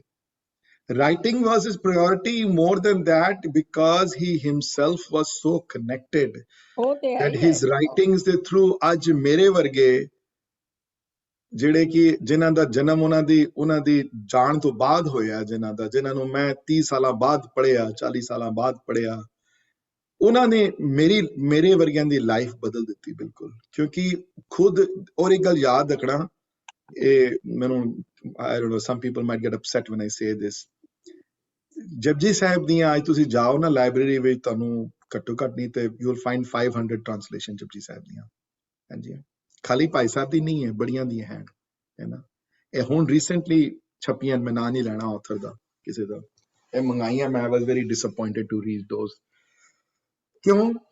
ਉਹ ਪੜ੍ਹਦਿਆਂ ਸਾਰ ਹੀ ਮੈਨੂੰ ਮਹਿਸੂਸ ਹੋ ਜਾਂਦਾ ਕਿ ਇਹ ਬੰਦਾ ਜਿਹੜਾ ਲਿਖ ਰਿਹਾ ਇਹ ਆਪ ਕਨੈਕਟਡ ਨਹੀਂ ਹੈ ਬਿਲਕੁਲ। ਹੀ ਇਜ਼ ਜਸਟ ਰਾਈਟਿੰਗ ਬਿਕਾਜ਼ ਇਹ ਹੈ ਤੇ ਲਿਖਿਆ, ਲਿਖ ਦਿਓ ਜੀ ਨਾਲ। ਹੀ ਹੈਜ਼ ਨੋ ਇੰਟਰਸਟ ਕਿ ਤੁਸੀਂ ਸਾਰੇ ਜੁੜੋ। ਹੀ ਹੈਜ਼ ਨੋ ਇੰਟਰਸਟ ਕਿ ਇਹ ਪੜ੍ਹ ਕੇ ਤੁਸੀਂ ਉਹਨਾਂ ਵਰਗੇ ਬਣ ਜਾਓ। ਪਰ ਗੁਰੂਆਂ ਦੀ ਰਾਈਟਿੰਗਸ ਵਿੱਚ ਉਂਝ ਨਹੀਂ ਹੈ, ਭਾਈ ਸਾਹਿਬ ਭਾਈ ਵੀਰ ਸਿੰਘ ਦੀ ਰਾਈਟਿੰਗਸ ਵਿੱਚ ਉਂਝ ਨਹੀਂ ਹੈ, ਭਾਈ ਗੁਰਦਾਸ ਦੀਆਂ ਰਾਈਟਿੰਗਸ ਵਿੱਚ ਉਂਝ ਨਹੀਂ ਹੈ, ਭਾਈ ਨੰਦ ਲਾਲ ਜੀ ਦੀ ਰਾਈਟਿੰਗ ਵਿੱਚ ਉਂਝ ਨਹੀਂ ਹੈ, ਉਂਝ ਨਹੀਂ ਹੈ। ਉਹਨਾਂ ਨੇ ਸਿਰਫ ਇਸ ਵਾਸਤੇ ਨਹੀਂ ਲਿਖਿਆ, ਉਹਨਾਂ ਨੇ ਜਪਜੀ ਸਾਹਿਬ ਦੀ ਵਿਆਖਿਆ ਇਸ ਵਾਸਤੇ ਨਹੀਂ ਕੀਤੀ ਕਿ ਖਾਲੀ ਤੁਹਾਨੂੰ ਮਤਲਬ ਸਮਝ ਆ ਜਾਣ, ਤੁਹਾਨੂੰ ਇਨਫੋਰਮੇਸ਼ਨ ਦੇ ਦੀ ਹੈ ਇਹ ਮਤਲਬ ਹੈ। ਉਹਨਾਂ ਨੇ ਨਹੀਂ ਤਾਂ ਸਾਧਨ ਪੱਕ ਲਿਖਣ ਦੀ ਲੋੜ ਕੀ ਸੀ, ਭਾਈ ਸਾਹਿਬ ਨੂੰ ਲਿਖਣ ਦੀ ਕੀ ਲੋੜ, ਇਤਨਾ ਟਾਈਮ ਸਪੈਂਡ ਕੀਤਾ ਉਹਨਾਂ ਨੇ ਕਿਉਂਕਿ ਪਰਉਪਕਾਰੀ ਸਨ ਇਸ ਵਾਸਤੇ। ਉਹ ਚਾਹੁੰਦੇ ਸਨ ਕਿ ਮੇਰੀਆਂ ਰਾਈਟਿੰਗਸ ਪੜ੍ਹ ਕੇ ਦੂਸਰਾ ਪਰਮਾਤਮਾ ਨਾਲ ਜੁੜੇ। ਇਹ ਪਰਉਪਕਾਰ ਸੀ, ਇਹ ਪਰਉਪਕਾਰੀ ਹਿਰਦਾ ਹੈ ਬੜਾ। ਸਾਰਿਆਂ ਦੇ ਹਿਰਦੇ ਪਰਉਪਕਾਰੀ ਨਹੀਂ ਹੁੰਦੇ, ਉਹਨਾਂ ਸਾਰਿਆਂ ਦੇ ਹਿਰਦੇ ਇਨਫੋਰਮੇਸ਼ਨ ਦੇਣ ਵਾਲੇ। ਕਿ ਇਨਫੋਰਮੇਸ਼ਨ ਦੇ ਦਿਓ, ਮੈਂ ਵੀ ਇਨਫੋਰਮੇਸ਼ਨ ਸਿਰਫ ਦੇ ਸਕਦਾ, ਇਨਫੋਰਮੇਸ਼ਨ ਦੇਣ ਤੇ ਕੋਈ ਮੁਸ਼ਕਿਲ ਨਹੀਂ ਹੈ। ਕੋਈ ਬੜੀਆਂ ਸਿੱਖ ਸੰਸਥਾਵਾਂ ਹਨ ਇਹੋ ਜਿਹੀਆਂ ਇਨਫੋਰਮੇਸ਼ਨ ਦੇਣ ਵਾਲੀਆਂ, ਮੈਂ ਨਾਂ ਨਹੀਂ ਲੈਣਾ ਚਾਹੁੰਦਾ ਕਿਸੇ ਦੇ। ਬੜੀਆਂ ਸੰਸਥਾਵਾਂ ਹਨ ਜਿਹਦੇ ਇਨਫੋਰਮੇਸ਼ਨ ਗੈਦਰਿੰਗ ਤੁਹਾਨੂੰ ਕੋਈ ਮੁਸ਼ਕਿਲ ਨਹੀਂ ਹੋਏਗੀ, ਤੁਸੀਂ ਇੰਟਰਨੈਟ ਤੇ ਪੜ੍ਹ ਸਕਦੇ ਹੋ ਇਨਫੋਰਮੇਸ਼ਨ ਗੈਦਰਿੰਗ। ਲੇਕਿਨ ਘੱਟ ਹਨ ਦੁਨੀਆ ਚਾਹੁੰਦੇ ਹੋ ਜੇ ਲੋਕ, ਉਹਨਾਂ ਵਰਗੇ ਜਿਹੜੇ ਜਪਜੀ ਦੀ ਆਪ ਲਿਖਦੇ ਹਨ ਜਪਜੀ, ਤੇ ਇੱਕ ਇੱਕ ਪੌੜੀ ਦਾ ਸਾਧਨ ਪੱਖ ਲਿਖਿਆ ਨੇ ਨਾਲ। ਉਹਨਾਂ ਨੂੰ ਸਾਧਨ ਪੱਖ, ਉਹ ਤੇ ਆਪ ਤੇ ਪਹੁੰਚੇ ਹੋਏ, ਉਹਨਾਂ ਨੂੰ ਕੀ ਲਿਖਣ ਦੀ ਲੋੜ ਸੀ? ਆਪ ਸਾਧਨ ਪੱਖ ਲਿਖਣ ਦੀ ਕੀ ਲੋੜ ਸੀ ਉਹਨਾਂ ਨੂੰ? ਨਾ ਲਿਖਦੇ। ਬਾਕੀ ਹੋਰ ਕਿਸੇ ਆਥਰ ਤੇ ਨਹੀਂ ਲਿਖਿਆ, ਨਾ ਨਹੀਂ ਲੈਣੇ ਮੈਂ ਕਿਸੇ ਆਥਰ ਦੇ। ਭਾਈ ਜੋਤ ਸਿੰਘ ਨੇ ਫਿਰ ਵੀ ਥੋੜਾ ਬਹੁਤ ਲਿਖਿਆ, ਲੇਕਿਨ ਤੁਸੀਂ ਬਾਕੀ ਕਿਸੇ ਆਥਰ ਦੇ ਪੜ੍ਹ ਕੇ ਦੇਖ ਲਓ ਕਿਸੇ ਨੇ ਸਾਧਨ ਪੱਖ ਲਿਖਿਆ ਹੋਵੇ। ਕਿਉਂ ਨਹੀਂ ਲਿਖਿਆ? ਉਹਨਾਂ ਨੂੰ ਇੰਟਰਸਟ ਨਹੀਂ ਹੈ ਨਾ। ਇਹ ਇਨਫੋਰਮੇਸ਼ਨ ਤੁਹਾਡੇ ਵਾਸਤੇ ਹੈ, ਤੁਸੀਂ ਨਿਰਭਉ ਜਪੋ ਨਾ ਜਪੋ, ਉਹਦਾ ਕੋਈ ਫਰਕ ਨਹੀਂ ਪੈਂਦਾ। ਲੇਕਿਨ ਭਾਈ ਸਾਹਿਬ ਦੀ ਰਾਈਟਿੰਗ ਉਂਝ ਨਹੀਂ ਹੈ, ਕਿਉਂਕਿ ਪਰਉਪਕਾਰੀ ਹਨ, ਬਹੁਤ ਵੱਡੇ ਹੋ, ਦੁਨੀਆ ਦਾ ਪਰਉਪਕਾਰ ਕਰਨ ਆਏ ਹਨ, ਦੁਨੀਆ ਨੂੰ ਇਸ ਪਾਸੇ ਜੋੜਨ ਆਏ ਹਨ। ਉਹ ਚਾਹੁੰਦੇ ਹਨ ਮੇਰੀ ਜਪਜੀ ਦੀ ਵਿਆਖਿਆ ਸੁਣ ਕੇ ਤੇ ਦੋ ਅਥਰੂ ਡੁੱਲਣੇ ਦੇ ਪੜ੍ਹ ਕੇ ਜਪਜੀ ਦੀ ਵਿਆਖਿਆ ਤੋਂ ਉਹ ਵਿਰਾਗ ਵਿੱਚ ਜਾਏ, ਉਹ ਮਿਸ ਕਰੇ ਮੇਰੀ ਜ਼ਿੰਦਗੀ ਕੁਝ ਮਿਸ ਹੋ ਰਿਹਾ ਹੈ, ਉਹਨੂੰ ਮਹਿਸੂਸ ਹੋਏ ਕਿ ਪ੍ਰਮਾਤਮਾ ਤੋਂ ਸਿਵਾਏ ਕੋਈ ਹੋਰ ਸੱਚਾ ਪਿਆਰ ਕਰਨ ਵਾਲਾ ਨਹੀਂ ਹੈ। ਹੋਰ ਕਿਸੇ ਨੇ ਤੇ ਨਹੀਂ ਕੀਤਾ। ਭਾਈ ਗੁਰਦਾਸ ਦੀਆਂ ਰਾਈਟਿੰਗ ਚੋਂ ਰਿਫਲੈਕਟ ਹੁੰਦਾ, ਭਾਈ ਨੰਦ ਲਾਲ ਜੀ ਦੀ ਰਾਈਟਿੰਗ ਚੋਂ ਡੈਫੀਨਿਟਲੀ ਰਿਫਲੈਕਟ ਹੁੰਦਾ, ਉਹਨਾਂ ਦੀ ਰਾਈਟਿੰਗ ਵਿੱਚ, ਤੇ ਗੁਰੂਆਂ ਦੀ ਰਾਈਟਿੰਗ ਚੋਂ ਆਫ ਕੋਰਸ ਰਿਫਲੈਕਟ ਹੁੰਦਾ, ਗੁਰੂ ਗ੍ਰੰਥ ਸਾਹਿਬ ਮਹਾਰਾਜ ਦੀ ਬਾਣੀ ਚੋਂ, ਦਸਮ ਬਾਣੀ ਚੋਂ ਰਿਫਲੈਕਟ ਹੁੰਦਾ। ਹੋਰ ਤੇ ਕਿੰਨੀਆਂ ਹੋਰ ਬੜੀਆਂ ਕਿਤਾਬਾਂ ਨਹੀਂ ਰਿਫਲੈਕਟ ਹੁੰਦਾ। ਸੋ ਇਸ ਗੱਲ ਨੂੰ ਇਹ ਗੱਲ ਸਮਝਣੀ ਬਹੁਤ ਕ੍ਰਿਟੀਕਲ ਹੈ ਬੜੀ, ਕਿ ਇਹ ਨੌਲੇਜ ਸਿਰਫ ਇਨਫੋਰਮੇਸ਼ਨ ਗੈਦਰਿੰਗ, ਇਨਫੋਰਮੇਸ਼ਨ ਨੌਲੇਜ। ਤੇ ਕਈ ਕੀਰਤਨ ਨੂੰ ਵੀ ਇਸ ਤਰ੍ਹਾਂ ਲੈਂਦੇ ਹਨ, ਕਈ ਕੀਰਤਨ ਸਿੱਖਦੇ ਹਨ ਸਿਰਫ ਰਾਗ ਤੇ ਤਾਲ ਸਿੱਖਣ ਵਾਸਤੇ, ਜਾਂ ਕਿਉਂ ਕੋਈ ਆ ਰਹੀ ਹੈ, ਕੋਈ ਗੁਰਦੁਆਰੇ ਉਹ ਕਰਾਉਂਦੇ ਹੁੰਦੇ ਨੇ ਕੰਪੀਟੀਸ਼ਨ, ਨੂੰ ਯਾਦ ਹੀ ਨਹੀਂ ਨਾ, ਕਈ ਵਾਰੀ ਮੈਨੂੰ ਜੱਜ ਹੀ ਬਣਾ ਦਿੰਦੇ ਨੇ ਕਿ ਨਹੀਂ ਬਣਨਾ ਚਾਹੀਦਾ ਜ਼ਬਰਦਸਤੀ ਜੀ, ਫਿਰ ਉਹ 10 ਵਾਰੀ ਫੋਨ ਆਉਣਗੇ ਵੀ ਕਰਨਾ ਪੈਂਦਾ ਕੰਮ ਜਾ ਕੇ। ਹੁਣ ਰਾਗ ਤੇ ਤਾਲ ਦੇ ਆਧਾਰ ਦੇ ਤੁਸੀਂ ਦੱਸਣਾ ਪੈਂਦਾ ਕਿਹੜਾ ਬੈਟਰ ਗਾ ਰਿਹਾ, ਇਹ ਨਹੀਂ ਵੀ ਕਿਤੇ ਅੰਦਰ ਕੌਣ ਵਸਿਆ ਹੋਇਆ ਇਹਦੇ ਅੰਦਰ। ਕਈਆਂ ਦਾ ਕੀਰਤਨ ਸਿੱਖਣਾ ਵੀ ਰਾਗ ਤੇ ਤਾਲ ਤੱਕ ਸੀਮਿਤ ਹੈ, ਖਾਲੀ ਕਿ ਮੇਰੀ ਤਾਲ ਠੀਕ ਹੈ, ਮੇਰਾ ਰਾਗ ਠੀਕ ਹੈ, ਮੇਰੇ ਸੁਰ ਠੀਕ ਲੱਗ ਰਹੇ ਤੇ ਮੇਰਾ ਕੀਰਤਨ ਠੀਕ ਹੋ ਗਿਆ। ਉਹ ਤੂੰ ਕੀਤਾ ਹੀ ਨਹੀਂ ਕੁਝ, ਤੂੰ that was the beginning ਸੀ ਉਹ ਤੇ ਕਿਸੇ ਪੁਆਇੰਟ ਦੀ, ਐਂਡਿੰਗ ਤੇ ਹੈ ਹੀ ਨਹੀਂ। ਐਂਡਿੰਗ ਤੇ ਹੈ ਕਿ ਉਹ ਸਿੱਖਣ ਦੇ ਨਾਲ ਤੂੰ ਨੇੜੇ ਆਇਆ ਕਿ ਨਹੀਂ ਆਇਆ, ਉਹ ਗੋਲ ਸੀ ਤੇਰਾ। ਗੋਲ ਤੇ ਇਹ ਨਹੀਂ ਸੀ ਕਿ ਤੂੰ ਰਾਗ ਤੇ ਤਾਲ ਸਿੱਖ ਲੈ। ਨਹੀਂ ਤੇ ਹਸਦ ਦੀ ਵਾਰ ਚੋਂ ਬੜੀ ਕਈ ਵਾਰੀ ਪੜ੍ਹ ਕੇ ਮੇਰਾ ਮਨ, ਕਈ ਵਾਰੀ ਮੈਂ ਖਰਾਬ ਵੀ ਮਹਿਸੂਸ ਕਰਦਾ ਬੜਾ ਕਿ ਇਹ ਮੇਰੇ ਨਾਲ ਕਿ ਕੋਈ ਰਾਗੀ ਨਾਦੀ ਬੇਦੀ ਬਹੁ ਭਾਂਤ ਕਰ ਆਏ ਨਾ ਵਰਡ। ਕਿਉਂਕਿ ਬੜੇ ਰਾਗੀ ਤੇ ਬੜੇ ਨਾਦੀ ਹੋਏ, ਬੜੇ ਬੇਦੀ ਹੋਏ, ਬੜੇ ਤਰੀਕੇ ਨਾਲ ਗਾਇਆ ਉਹਨਾਂ ਨੇ, ਤੇ ਜੇ ਉਹਨਾਂ ਨੇ ਜੇ ਗਾ ਕੇ ਵੀ ਉਹ ਨਾ ਅਸਲੀ ਗੱਲ ਨਾ ਬਣੀ ਤੇ ਕੰਮ ਤੇ ਉੱਥੇ ਹੀ ਰਹਿ ਗਿਆ ਫਿਰ ਸਾਰਾ। ਸੁਰਿੰਦਰ ਜੀ, ਜਿਹੜੀ ਤੁਸੀਂ ਹੁਣੇ ਗੱਲਾਂ ਕਹੀਆਂ ਨੇ ਨਾ, ਇਹ ਬਹੁਤ ਹੀ ਸੱਚੀਆਂ ਨੇ ਤੇ ਬੜੀਆਂ ਇਫੈਕਟਿਵ ਵੀ ਨੇ। ਕਿ ਮੈਂ ਵੀ ਬੜੀ ਵਾਰੀ ਜਪਜੀ ਸਾਹਿਬ ਦੇ ਬਹੁਤ ਸਾਰੇ ਤਰਜਮੇ ਪੜ੍ਹੇ ਵੀ ਹੈ, ਸੁਣੇ ਵੀ ਹੈ, ਪਰ ਕਦੀ ਨਾ ਜਿਵੇਂ ਦਿਲੋਂ ਸੈਟਿਸਫੈਕਸ਼ਨ ਹੁੰਦੀ ਹੈ ਨਾ ਕਿ ਇਹ ਉੱਥੇ ਨਹੀਂ ਸੀ ਹੁੰਦੀ। So I kept on finding more and more and more and you provided it. ਤੇ ਭਾਈ ਸਾਹਿਬ ਦੀ ਫਿਰ ਉਹ ਸੰਥਿਆ ਪੜ੍ਹ ਕੇ ਹੋਰ ਉਹ ਵੀ you recommended. I feel so blessed. I got connected. I just reread the whole thing, that's all. Not just that, you simplified. Yeah. Bhai Sahib ਦਾ ਵੀ ਜਦੋਂ ਇੱਕ ਵਾਰੀ ਤੁਸੀਂ ਐਕਸਪਲੇਨ ਕਰਦੇ ਹੋ ਫਿਰ ਪੜੋ, then you understand it more. ਨਹੀਂ, I probably makes a difference. Ability ਇੰਨੀ ਆਪਣੀ ਨਹੀਂ ਹੁੰਦੀ। Thank you. No problem. Okay. If nobody has any questions, I'm going to end right here. Okay. Nobody has any questions? 1, 2, and 3. Auntie is very right. Once we listen to you and then we go back and reread it, everything, you can really connect well then, Otherwise, sometimes the language is little thoda difficult to understand. Language ਉਹਨਾਂ ਦੇ ਕੋਈ ਬਹੁਤ ਮੁਸ਼ਕਿਲ ਨਹੀਂ ਆ, ਕਈ ਵਾਰੀ ਆ ਜਾਂਦੇ ਨੇ ਵਰਡ ਇਹੋ ਜਿਹੇ ਯੂਜ਼ ਕਰ ਲੈਂਦੇ ਨੇ, ਫਿਰ ਉਹਦਾ ਇਲਾਜ ਵੀ ਰੱਖ ਲਓ ਨਾ ਸਿਮੀ ਜੀ, ਫਿਰ ਤੁਸੀਂ ਅੱਛੀ ਇੱਕ ਡਿਕਸ਼ਨਰੀ ਖਰੀਦੋ ਪੰਜਾਬੀ ਦੀ। ਮਹਾਨ ਕੋਸ਼ ਰੱਖੀਏ ਵੀਰ ਜੀ ਹੁਣ, that is the ਨਹੀਂ ਮਹਾਨ ਕੋਸ਼ ਦੀ ਪ੍ਰੋਬਲਮ ਹੈ ਕਿ ਮਹਾਨ ਕੋਸ਼ ਗੁਰਬਾਣੀ ਡਿਕਸ਼ਨਰੀ ਹੈ, ਸੋ 2 ਡਿਕਸ਼ਨਰੀਆਂ ਰੱਖੋ। ਅੱਛਾ ਓਕੇ, ਇੱਕ ਤੇ ਗੁਰਬਾਣੀ ਦੀ ਡਿਕਸ਼ਨਰੀ ਚਾਹੀਦੀ ਹੈ, ਉਹ ਮਹਾਨ ਕੋਸ਼ ਇਜ਼ ਅ ਗੁੱਡ ਡਿਕਸ਼ਨਰੀ, ਤੇ ਭਾਈ ਸਾਹਿਬ ਭਾਈ ਵੀਰ ਸਿੰਘ ਦੀ ਗੁਰੂ ਗ੍ਰੰਥ ਸਾਹਿਬ ਕੋਸ਼ ਇਜ਼ ਅ ਗੁੱਡ ਡਿਕਸ਼ਨਰੀ। ਇਹ 2 ਡਿਕਸ਼ਨਰੀਆਂ ਹੋਣੀਆਂ ਬੜੀਆਂ ਜ਼ਰੂਰੀ। ਤੇ ਇੱਕ ਪੰਜਾਬੀ ਦੀ ਰੈਗੂਲਰ ਡਿਕਸ਼ਨਰੀ ਰੱਖੋ ਨਾ ਕੋਲ, ਜਿਹੜੀ ਹੈ ਰੈਗੂਲਰ, ਜਿਹੜੀ ਆਮ ਭਾਸ਼ਾ ਬੋਲਣ ਵਾਲੀ ਪੰਜਾਬੀ ਦੀ ਡਿਕਸ਼ਨਰੀ, ਉਹ ਵੀ ਡਿਕਸ਼ਨਰੀ ਹੋਣੀ ਚਾਹੀਦੀ ਹੈ ਕੋਲ। ਉਸ ਡਿਕਸ਼ਨਰੀ ਦਾ ਫਾਇਦਾ ਇਹ ਹੈ ਕਿ ਕਈ ਵਾਰੀ ਗੁਰਬਾਣੀ, ਕਈ ਵਾਰੀ ਹੁਣ ਉਹ ਐਕਸਪਲੇਨ ਕਰਦੇ ਨੇ ਵਰਡ, ਤੇ ਹਰ ਵਰਡ ਤੇ ਗੁਰਬਾਣੀ ਤੋਂ ਨਹੀਂ ਆਉਂਦੇ ਨਾ, ਕਈ ਵਰਡ ਉਹ ਰੈਗੂਲਰ ਪੰਜਾਬੀ ਦੀ ਵਰਤੋਂ ਵਿੱਚ ਉਹ ਵਰਡ ਯੂਜ਼ ਕਰਨਗੇ, ਤੇ ਉਹ ਫਿਰ ਉਹ ਵਰਡ ਤੇ ਮਹਾਨ ਕੋਸ਼ ਚ ਨਹੀਂ ਮਿਲੇਗਾ ਨਾ ਤੁਹਾਨੂੰ, ਉਹ ਫਿਰ ਤੁਹਾਨੂੰ ਰੈਗੂਲਰ ਗੁਰਬਾਣੀ ਦੀ ਡਿਕਸ਼ਨਰੀ ਤੋਂ ਲੈਣਾ ਪਏਗਾ। ਥੈਂਕ ਯੂ ਜੀ, ਥੈਂਕ ਯੂ। ਇੱਥੇ ਲਿਖਿਆ ਕਿਸੇ ਨੇ ਕਿ and Sikhi to the max has built a dictionary, if you press on a word it provides all the meanings। Yes, so but Sikhi to the max ਵਾਲੀ dictionary ਵਿੱਚ ਸ਼ਾਇਦ ਗੁਰਬਾਣੀ ਦੀ dictionary ਦੀ ਗੱਲ ਕਰ ਰਹੇ ਹੋ, ਪੰਜਾਬੀ ਦੀ I doubt Punjabi the dictionary ਉਹਦਾ Sikhi to the max ਚ ਹੋਏਗੀ। so but 2 ਮੈਂ ਜਿਹੜੀਆਂ ਡਿਕਸ਼ਨਰੀਜ਼ ਕੰਸਲਟ ਕਰਦਾ, ਜਿਹੜੀਆਂ 2, I don't trust anybody, sorry, you can get mad at me if you want to, I don't care। ਮੈਂ ਸਿਰਫ ਇੱਕ ਤੇ ਮਹਾਨ ਕੋਸ਼ ਨੂੰ ਕੰਸਲਟ ਕਰਦਾ, ਤੇ ਦੂਸਰੀ ਭਾਈ ਸਾਹਿਬ ਭਾਈ ਵੀਰ ਸਿੰਘ ਦੀ ਜਿਹੜੀ ਉਹਨਾਂ ਦਾ ਸ਼ਬਦ ਕੋਸ਼ ਜਿਹੜਾ ਹੈ, ਜਿਹੜਾ ਉਹਨਾਂ ਦੀ ਜਿਹੜੀ ਗੁਰਬਾਣੀ ਦੀ ਡਿਕਸ਼ਨਰੀ ਹੈ। ਹਾਂਜੀ, ਇਹ 2 ਜਿਹੜੀਆਂ ਹਨ, ਇਹ ਸਤੰਭ ਹਨ ਸਾਡੇ ਸਿੱਖੀ ਦੀਆਂ, ਤੇ ਇਹ ਦੋਨੋਂ ਬਿਲਕੁਲ ਰਾਈਟ ਹਨ, ਬਿਲਕੁਲ there is no doubt about that, ਇਹ ਬਹੁਤ ਪਹੁੰਚੇ ਹੋਏ ਸਨ ਦੋਨੋਂ, ਬਹੁਤ। ਸੋ ਇਹ 2 ਰਿਸੋਰਸਿਸ ਤੁਹਾਡੇ ਘਰ ਹੋਣੀਆਂ ਚਾਹੀਦੀਆਂ ਦੋਨੋਂ, ਐਂਡ ਇੱਕ ਪੰਜਾਬੀ ਦੀ ਡਿਕਸ਼ਨਰੀ ਹੋਣੀ ਚਾਹੀਦੀ, ਜਿਹੜੀਆਂ ਤੁਹਾਨੂੰ ਆਮ ਮਿਲ ਜਾਣਗੀਆਂ ਲਾਇਬ੍ਰੇਰੀ ਤੋਂ ਜਾਂ ਕਿਸੇ ਇੱਥੇ ਤੇ ਨਹੀਂ, ਪਰ ਕਿਸੇ ਇੰਡੀਆ ਤੋਂ ਤਾਂ ਡੈਫੀਨਿਟਲੀ ਮਿਲ ਜਾਣਗੀਆਂ ਤੁਹਾਨੂੰ।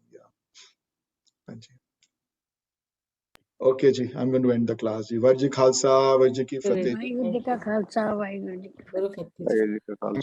For another minute or 2 and then I'll go.